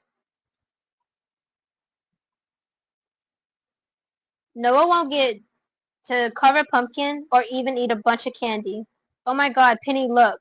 I follow her gaze. Billy, Addie's crush. She gasps at him as he looks our way and quickly turns so her back is to him. Is he coming over? I'm going to die, Pin. Is he coming? That's real smooth. Yeah, he's coming over. Want me to leave? Don't you dare. Her eyes widen. Hey, Pin. Hey, Addie and Penny. I'm an afterthought. Addie turns to him and I can feel her nerves. Hi, Billy. So, are you going into the maze? He asks. Addie is about to go, but I'm waiting for someone, I say. She gives me a look that could strike me to the ground, but I know they're both super shy when it comes to each other.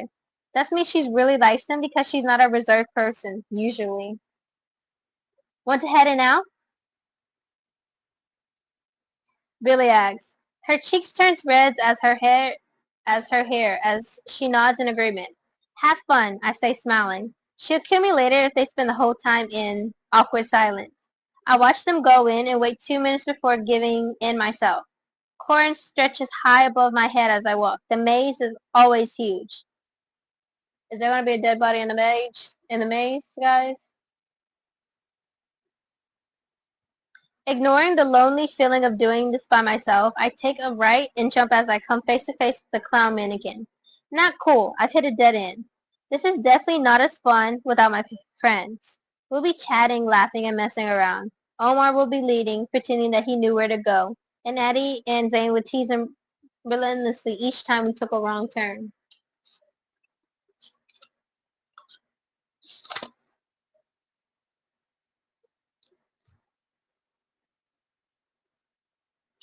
And Nash and I would follow them, flirting and not caring how long it took to get out. I turned around, leaving the hideous Pennywise behind, and I immediately hit another dead end. As I follow another little track, I hear a rustle behind me. Some of the corn is snapped and leaning over where others have cheated. Looking over my shoulders, I watch for a second to see if I can catch the cheat. No one emerges after a few seconds, so I carry on. Corn dances above me in strong gust of wind. The weather is cooler than usual for October, like it knows we've had another death in the town. Fall doesn't look the same this year. The rustling this time ahead, startling me. That can't be the wind. I hear footsteps. Craning my neck, I look around a corner to see who's there. I hear voices from all directions, but I can't locate the source of the footsteps near me. Hello?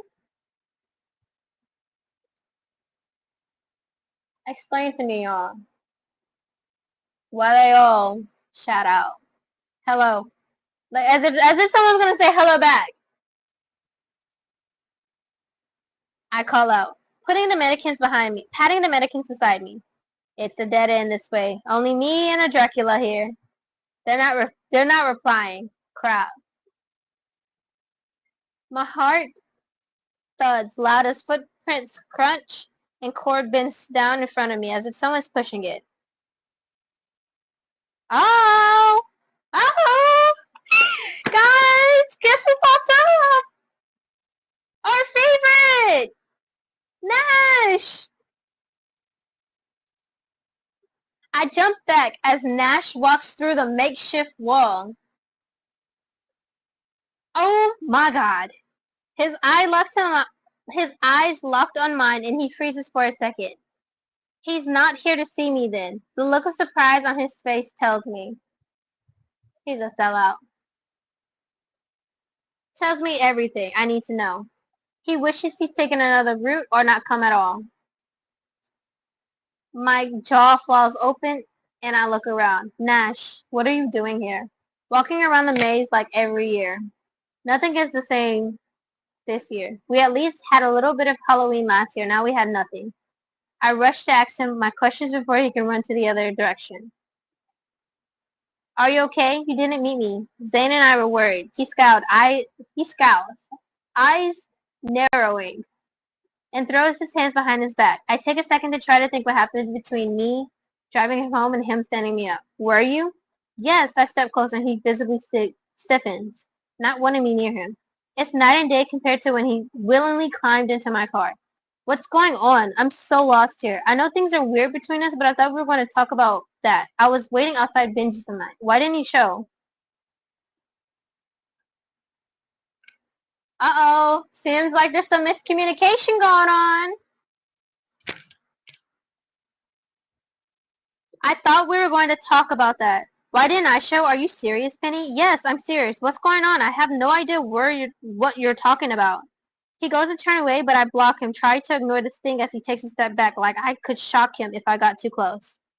Nash, please tell me what's going on. Why didn't you meet me? Blinking twice, he tilts his head. You really don't know. Yeah, all of us don't know. We're on the edge of our seat, sir. Know what? I throw my hands up. Can you please explain before my braid is fried? Attempting to hide his amusement at my outburst, he says, I thought it was you. I was about to leave to meet you when the cops turned up again. What? Why? He rolls his eyes. Someone had reported seeing me in town again and said I was hanging around the Halloween store. Looked like I was revisiting the crime scene or dump site. Someone saw you? No, they didn't. I was home. I can't believe you thought I would call the cops on you. The second I was about to walk out the door to meet you, the cops turned up. Why would I do that? Sighing. Ah! So, I'm right. Zane. It's Zane. I don't know anymore, Penny. It's hard to trust anyone in this goddamn town. You can trust me. Can I? Yes, I breathe. There's a second where we don't say anything at all. We stand in the cold and watch each other, like we're trying to figure out how the hell we ended up here, and if it's possible to go back. I hear the rustling sound of the winds between the corn, and the faint sound of conversation and laughter. I'm the one to pop the bubble. Who else did you notice in town that day? Zane. Sad. Y'all say it's Nash. I'm full team Zane.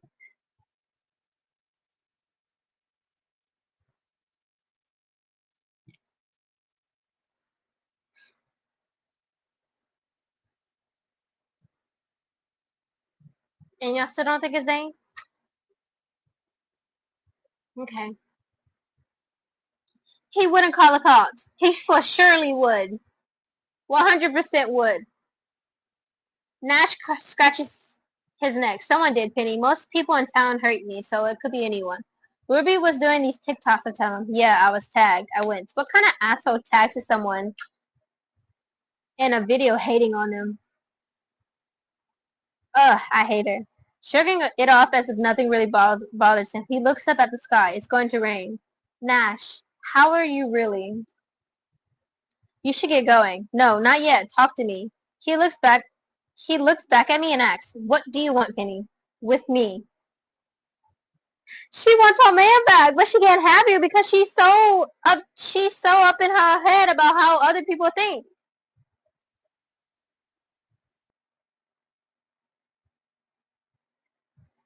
I wish things were back the way they used to be. Yeah, you think your parents will invite me over again? He sounds as bitter as I feel. Do you care what everyone else thinks? Not one bit. He laughs. The sound feels like sandpaper on my skin. It's a harsh laugh. It's a harsh laugh that's more of an accusation.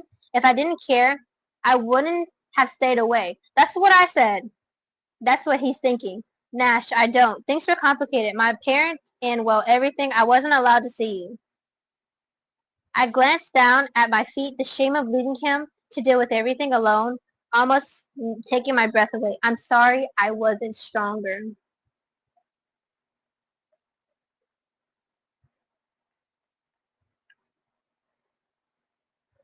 Okay, so it is actually almost about to be 1 o'clock, guys, for me.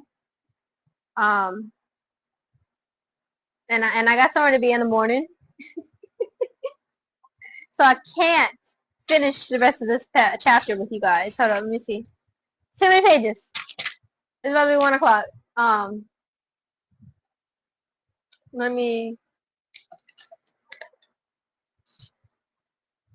Okay, guys. So let's sum it up for everyone. Let's sum it up for everyone. Let me edit this real quick. So,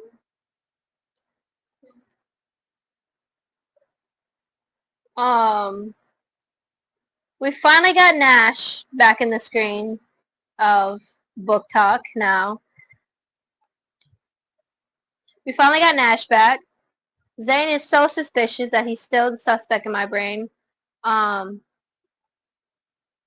Nash got the cops called on him, so that's mean he is not the masked person that was walking around. So that X him out. Let me see. And then I can't think of all the conspiracy theories because I am sleepy, guys, so forgive me. But I hope you guys enjoyed it. I will do another live tomorrow to finish off from midpoint from the chapter 10 to, let's do 16. Since we did 4 chapters today, it would be 5 chapters tomorrow. Well, 6 chapters tomorrow. Um, but yeah, guys, thank you guys so much for listening in, hanging out with me. If you guys have any questions, theories, or anything, leave it down below in the comments so I can discuss them next time I actually come and watch the lot. For the next live that I do. The next live that I do should be either in the afternoon, EST, around 1 or 2-ish, or before that. Depends. It's somewhere, one of those time of the days. But thank you so much, guys. I'm going to say goodbye to Twitch, and then I'll say goodbye to YouTube. Well, Twitch, thank you guys so much. Hope you guys have a wonderful day. Bye! Alrighty, YouTube, and then I go.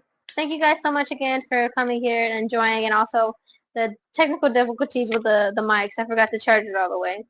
I was not expecting this live to be 4 hours long, but it was fun.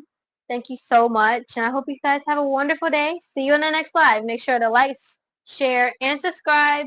Hit the bell so you can know the next time that I go live. Peace. Bye bye.